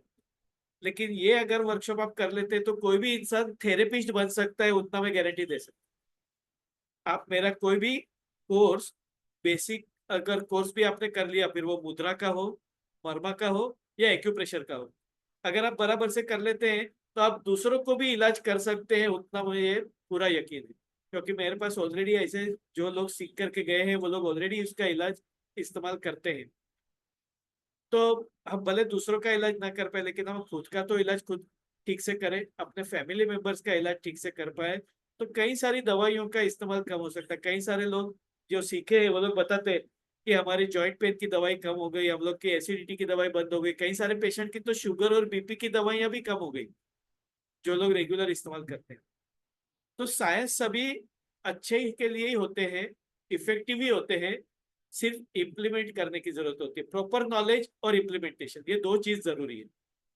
तो सिस्टमेटिकली अगर आपको सिखाया जाए, उसको बताया जाए, और आप अगर इस्तेमाल करते हैं, तो आपको डेफिनेटली उसका फायदा मिलता ही मिलता है। और ये ऐसी चीजें हैं कि हम अपना इलाज खुद कर सकते हैं, ये सबसे बड़ी बात है। आप देखो, कोई भी डॉक्टर आपको खुद इलाज करने के लिए नहीं बताएंगे। आप 1000 रुपया, 1500 रुपया, कितना भी कंसल्टेशन फीस भरो, वो लोग दवाई लिख के देंगे, 15 दिन के बाद में दिखाना, 1 महीने के बाद में दिखाना, 1 महीने के बाद में वही दवाई रिपीट करेंगे, कोई बदलाव भी नहीं। आपने क्या खाया पिया, आपने क्या बदलाव किया, वो पूछेंगे भी नहीं, बस सेम दवाई रिपीट। अगर आप बोलेंगे 1-2 सिम्टम ज्यादा हो गए, तो 1-2 सिम्टम की दवाई ज्यादा बढ़ा देंगे। लेकिन उनके पास में वक्त नहीं है पेशेंट को समझाने के लिए कि दवाई से ज्यादा आपको आपकी लाइफस्टाइल में चेंज करने की जरूरत है। कुछ चीजें आप खुद कर दो तो दवाई की जरूरत नहीं पड़ेगी। लेकिन अगर ये बता दिया तो फिर बार बार पेशेंट आएगा नहीं, क्योंकि ये तो लाइफ मेंबरशिप है। डायबिटीज का पेशेंट जिंदगी भर के लिए, बीपी का पेशेंट जिंदगी भर के लिए, एसिडिटी का पेशेंट जिंदगी भर के लिए, जॉइंट पेन का पेशेंट, थायराइड का पेशेंट, कोलेस्ट्रॉल का पेशेंट, ये सब लाइफ मेंबरशिप है। एक बार दवाई चालू हुई तो चालू ही रहती है, वो कभी कम नहीं होती। लेकिन ऐसी पद्धतियों का इस्तेमाल करके आप खुद ही आपके डॉक्टर बन सकते हैं। इसके लिए मैं ज्यादातर उसको टाइटल देता हूँ, बी योर ओन डॉक्टर। आप खुद ही आपके डॉक्टर बनिए। हाँ, हो सकता है आप सारी बीमारी ठीक ना कर सके, लेकिन 75% जो डे टू डे तकलीफ है वो तो आप हैंडल कर ही सकते हैं। कुछ तकलीफ जो आपसे नहीं होती है, फिर उसके लिए दवाइयों की या डॉक्टर की जरूरत पड़े, वो और बात है। लेकिन रोज की जो तकलीफ जिसके लिए बार बार हम दवाई लेते हैं, एसिडिटी, कॉन्स्टिपेशन, सर दर्द, सर्दी, खांसी, ये सब की जरूरत बार बार दवाइयाँ लेने की नहीं है। आप अपना इलाज खुद करके भी इसका इलाज कर सकते हैं। तो यही प्रयास है कि ज्यादा से ज्यादा लोग हेल्थ के मामले में भी आत्मनिर्भर बने। हम लोग समझते हैं कि केवल इनकम पॉइंट ऑफ व्यू हम लोगों को आत्मनिर्भर बनना है, नहीं। हमें केवल इनकम के हिसाब से नहीं, केवल आर्थिक रूप से नहीं, लेकिन हम हेल्थ पॉइंट ऑफ व्यू भी आत्मनिर्भर बने, क्योंकि हमारी सेहत हमारे हाथ में है। आप दवाई भले बाहर से लेते हैं, इलाज भले बाहर से करते हैं, लेकिन आप ठीक होते हैं अंदर से। तो आप अंदर को संभालिए, अंदर को सुधारिए, आप अपने आप ठीक होंगे। बाहर से आप कितना भी डालिए, वो आपको सपोर्ट देगा, लेकिन सुधार नहीं करेगा। सुधार आपके अंदर से आपकी शरीर ही आपको करके देने वाला है। उसको सुधारिए, अपने आप सब कुछ ठीक हो जाएगा। तो आपको कोई सवाल हो, कुछ ये वर्कशॉप से रिलेटेड आपको कुछ ना समझ में आया हो, उसकी कोई जानकारी से रिलेटेड कोई आपको पूछना है तो आप पूछ सकते हैं। इंडिविजुअल बीमारी के बारे में हम ज्यादा डिस्कस नहीं कर सकते, क्योंकि बीमारियां कई सारी है, और ये बेसिक वर्कशॉप सेल्फ हीलिंग के लिए है। तो बीमारी के संदर्भ में हम लोग ज्यादा डीप में नहीं जा सकते। लेकिन जो आप सीखे हैं उससे संबंधित कोई आपको अड़चन है, क्वेरी है, तो आप पूछ सकते हैं, या आप अपना अनुभव भी शेयर कर सकते हैं, ये सीखने का आपका अनुभव कैसा रहा। सर ये ओपन लोटस और क्लोज लोटस है वो जो मुद्रा, सॉरी मर्मा पॉइंट, तो इसे हम दोनों साथ में ही करना है ना कि एक कोई भी कर सकते हैं सर? कोई भी, ये आपने ओपन लोटस किया, बराबर है, हम्म। तो ये 5 पॉइंट कवर होते हैं, जो पांचों ज्ञानेंद्रियों के पॉइंट है, 1, हम्म। 2, 3, 4 और 5। हाँ, हम्म। लेकिन रिलैक्सेशन के लिए और ब्रेन रिलेटेड कंडीशंस के लिए क्लोज लोटस काम में आता है, क्योंकि अपांग आवर्त और सीमन, ये तीनों हम्म। मर्म इसमें कवर होते हैं। हम्म। तो जैसे आपको हेडेक है, हाई बीपी है, निद्रा की शिकायत है, तो ब्रेन रिलेटेड कोई भी इश्यूज है, जैसे पैरालिसिस किसको हुआ है, स्ट्रोक वगैरह, या हमें ऐसा हम्म। लगता है मेमोरी का प्रॉब्लम, कंसंट्रेशन, या कभी इमोशनल डिस्टर्बेंसेस है, तो ये आपको काम में आएगा। अपांग आवर्त और सीमंत, सीमंत मर्म है वो बैलेंसिंग मर्म है। आप देखो हमारे शास्त्रों में जो स्त्रियां मांग में सिंदूर भरती है, हमें उसका रीजन नहीं पता, केवल उतना पता है कि ये सुहागन की निशानी है। लेकिन ये केवल सुहाग की निशानी नहीं है। हम्म। आजकल तो स्त्रियों को बहुत सारी चीजें सपोर्ट के लिए मिल गई है। वॉशिंग मशीन है, मिक्सर ग्राइंडर है, काम वाली बाई आती है, और बहुत सारी टेक्नोलॉजी है, माइक्रोवेव ओवन है।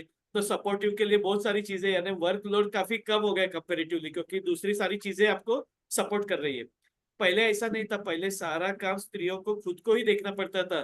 फिर वो चूल्हा चौका हो, या फिर बाहर जानवर का साफ सफाई करके उसका ध्यान रखना हो, या बाहर से पानी भरना हो, या मसाला कूटना हो, अनाज पीसना हो, सारा काम खुद ही देखना है।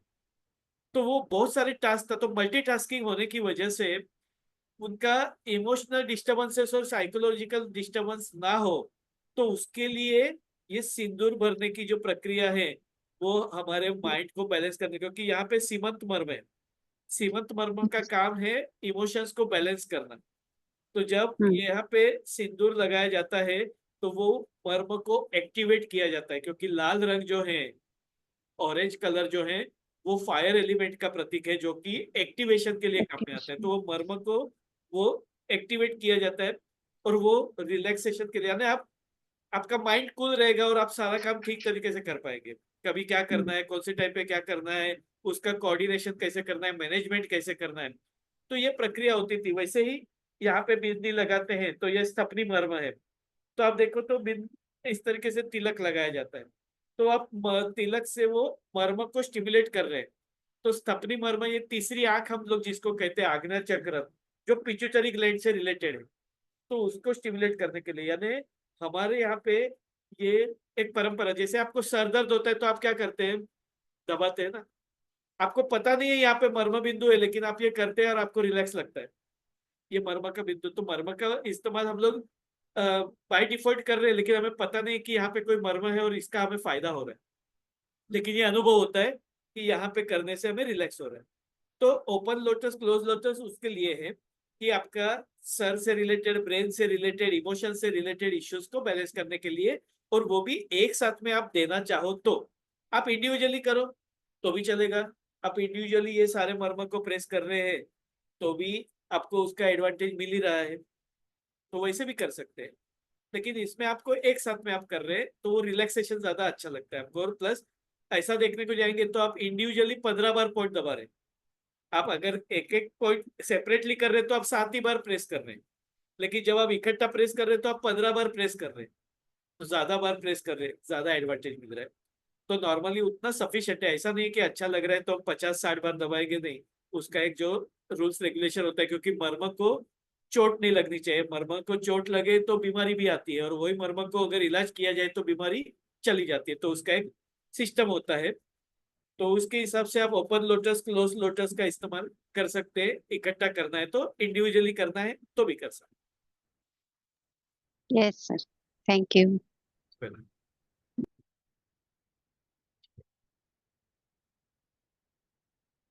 और कोई आप अगर कोई सजेशन, कोई सुझाव देना चाहते हैं, या किस तरीके के आगे के सेशंस आप सीखना चाहते हैं, अगर आप बताएंगे तो वो हिसाब से भी हम बदलाव ला सकते हैं। नए नए कोर्सेज में ऑलरेडी मेरे होते ही है, लेकिन ये कंसिस्टेंटली होना चाहिए रेगुलर बेसिस पे, तो आपको उसका एडवांटेज मिलता है डेफिनेटली।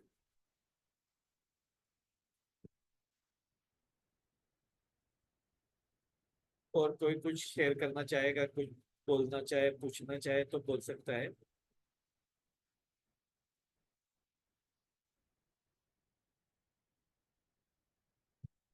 वैसे तो ये सारा जो मैंने इंफॉर्मेशन दिया ना, ये मैं फ्री वर्कशॉप में देता हूँ, इंडिविजुअली देता हूँ। लेकिन मैंने देखा कि फ्री में जो लोग सीखते हैं ना, वो लोग बाद में उसका इम्प्लीमेंट नहीं करते।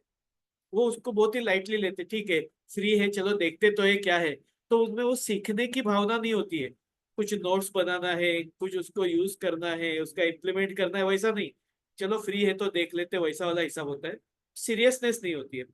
तो मुझे ऐसा लगा कि जो सच में इंटरेस्टेड है ऐसे लोगों के ऊपर अगर वक्त अगर दिया जाए तो वो ज्यादा अच्छा। जो लोग अपनी सेहत के बारे में चिंतित भी है, और वो सेहत के बारे में कुछ सोच रहे हैं, कुछ इम्प्लीमेंट करना चाहते हैं। क्योंकि जो लोग खर्चा करते हैं वो लोग ही करते हैं जो सीरियसली होते हैं। भले फिर वो 99 रुपीज हो या 9000 रुपीज हो, वो महत्व नहीं है। लेकिन वो करने की इच्छा उन लोगों में होती है जो उसको इम्प्लीमेंट करना चाहते हैं। इसके हिसाब से ये एक नॉर्मल कोर्स मैंने रखा, जो मैंने फ्री में, यही सारे मेरे कोर्सेस होते हैं। लेकिन फ्री में बाद में फिर लोग उसको सीरियसली लेते नहीं। हम लोग मेडिकल कैंप भी करते हैं। तो जब भी मैं पहले कुछ हॉस्पिटल से वगैरह जुड़ा हुआ था, ये शुरू करने से पहले 95-96 वगैरह में, तो तभी हम लोग मेडिकल कैंप करते थे। आज भी मेडिकल कैंप में मैं हेल्पिंग हैंड के हिसाब से कभी जाता हूँ, क्योंकि मैं एलोपैथी मेडिसिन वगैरह तो मैं कुछ प्रैक्टिस करता नहीं हूँ, यूज करता नहीं हूँ। लेकिन उनको पेशेंट को चेक करने के लिए, कुछ सजेशंस के लिए, कुछ सपोर्ट के लिए जब भी जाता हूँ, तो मैं देखता हूँ वहाँ पे गरीब से गरीब इंसान भी रहेगा ना, उसको फ्री में दवाई दिया जाता है ना फ्री कैंप में, वो बाहर निकल के वो दवाई फेंक देता है। या तो घर में वो दवाई ऐसी पड़ी रहती है। वो उसकी समझ ये है कि ये फ्री में है तो पता नहीं ये काम करेगी या नहीं करेगी, ये दवाई है कि काम का है कि नहीं। वो उसको लाइटली, वो केवल उसके लिए आता है कि चलो डॉक्टर देखते तो है क्या बात करते हैं, क्या मेरी ये तकलीफ है उसके लिए। लेकिन जब अगर आपको इलाज करना ही नहीं है तो केवल जानकारी लेके क्या करेंगे हम? आप डॉक्टर को दिखा देते, डॉक्टर ने आपको दवाई लिख के दी, आपने वो दवाई लिया भी नहीं, तो फायदा क्या हुआ डॉक्टर के पास जाने का, जब आपको इलाज ही नहीं करवाना है तो। हाँ, इलाज करवाना है तो ही डॉक्टर के पास जाइए, ताकि आप वो कोर्स करेंगे तो आपको पता तो चलेगा कि वो दवाई आपके लिए कारगर है या नहीं है, उसका आपको फायदा हुआ या नहीं हुआ। लेकिन ज्यादातर लोगों का ये नेचर होता है कि फ्री में है ना तो टेक इट इजी, मतलब ज्यादा सीरियसली, ज्यादा गंभीरता से उसके ऊपर सोचते नहीं है, या उसका इम्प्लीमेंट नहीं करते। लेकिन दुनिया में बहुत सारी चीजें ऐसी है जो फ्री में मिल रही है, हम उसकी कदर नहीं करते। हमें हवा फ्री में मिल रही है, हमें पानी फ्री में मिल रहा है, हमें सनलाइट फ्री में मिल रहा है, योगा, एक्सरसाइज, वॉकिंग हम लोग फ्री में कर सकते हैं। और उसका महत्व, लाखों रुपया, करोड़ों रुपया खर्चा करने के बाद में भी अब आप उसको रिप्लेस नहीं कर सकते। आप कितना भी ऑक्सीजन सिलेंडर लगा दो, आपको जो नेचुरली हवा जो मिलती है उसमें जो ऑक्सीजन है, और वो जो आपको बेनिफिट दे रहा है, वो ऑक्सीजन सिलेंडर नहीं देने वाला है। जो सनलाइट आपको विटामिन डी दे रहा है, वो विटामिन डी की गोली नहीं देने वाली है। तो ये चीजें हमें फ्री में मिल रही है, लेकिन हमें उसकी कदर नहीं है। जबकि वही हमारे सच्चे डॉक्टर है, और वही हमारे सच्चे साथी है, जिसका इस्तेमाल करके हम कई सारी बीमारियों से बच सकते हैं, बीमारियों को दूर भी कर सकते हैं। लेकिन वो फ्री में मिल रहा है, इसके लिए हमें उसकी कदर नहीं है। तो यही चीजें हैं कि आप जो सीखे हैं उसका इस्तेमाल कीजिए। भले आप छोटी चीजें सीखे, एक पॉइंट सीखे है ना, एक पॉइंट का इस्तेमाल कीजिए, आपको उसका फायदा जरूर मिलेगा। बस यूज करना जरूरी है, इम्प्लीमेंट करना जरूरी है। और अभी आप 2 दिन में जो सीखे हैं उसका आप रेगुलर इस्तेमाल कीजिए। 1 महीने के बाद में आप बताइए आपको क्या बदलाव दिखाई दे रहा है, आपको उसका हेल्थ में कोई बेनिफिट हुआ नहीं हुआ। तो आपको भी पता चलेगा, मुझे भी पता चलेगा, तो आपको क्या बदलाव करने जरूरी है वो मैं बता सकता हूँ। तो आप ग्रुप में बने रहिए, जो भी आपके क्वेरीज हैं ग्रुप में डालिए, तो उसके अनुसार आपको इंफॉर्मेशन मिलेगी। इसका रिकॉर्डिंग भी मैं ग्रुप में शेयर कर दूंगा, पॉइंट्स भी हैं वो भी ग्रुप में शेयर कर दूंगा, कुछ जो मुद्राएं हैं, कुछ मर्म बिंदु हैं तो वो भी शेयर करूंगा। तो आप केवल अपना नॉलेज बढ़ाते जाइए और उसको इम्प्लीमेंट करते जाइए।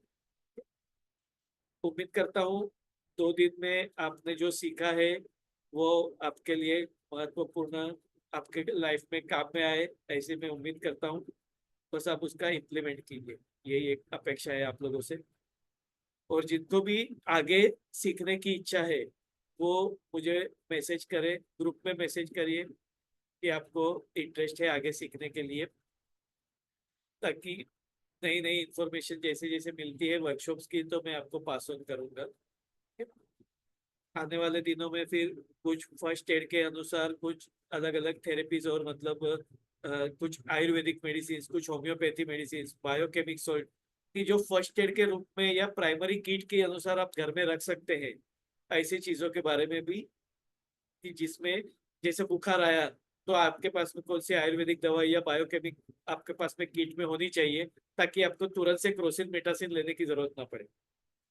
तो ऐसे भी कुछ इंफॉर्मेशन आएगी, अलग अलग वर्कशॉप्स आएंगे, तो जिनको भी सीखने की इच्छा है वो टच में रहिए। And thank you very much everyone for your valuable time and interest. और जो सीखे हैं उसका इस्तेमाल कीजिए, लोगों को बताइए।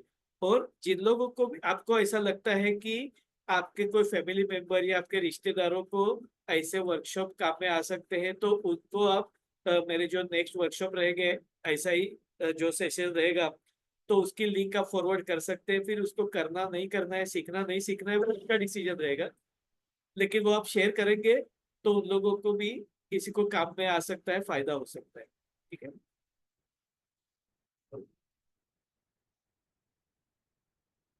जितने ज्यादा लोगों को हम शेयर करेंगे, जितने ज्यादा लोग सीखेंगे, उसका फायदा लोगों को होते जाएगा और वो साइंस का भी प्रचार होते जाएगा। आज मर्मा के बारे में, जबकि भारत का हजारों साल पुराना शास्त्र होने के बावजूद भी हम लोगों को पता नहीं है, काफी दुर्भाग्य की बात है। 300-400 साल पुराना एलोपैथी हमें पता है, 300-400 साल पुराना होम्योपैथी पता है, लेकिन 5,000 साल पुराना मर्मा के बारे में हमें जानकारी नहीं है। तो जितनी ज्यादा लोगों को जानकारी होगी, हमें पुराने शास्त्र सीखेंगे, तो हमें दवाइयों की जरूरत उतनी कम पड़ेगी, केमिकल्स का इस्तेमाल कम होगा, हम ज्यादा अच्छे से अपनी सेहत पा सकते हैं। तो ज्यादा से ज्यादा लोगों तक हमें पहुंचना है, यही हमारा प्रयास रहेगा। So thank you very much everyone, take care, stay happy, stay healthy. और थैंक आप, you sir, thank you so much. You are welcome. और आप अपना अनुभव ग्रुप में शेयर कर सकते हैं, ठीक है। हाँ सर, तो thank you. Thank you. Good night.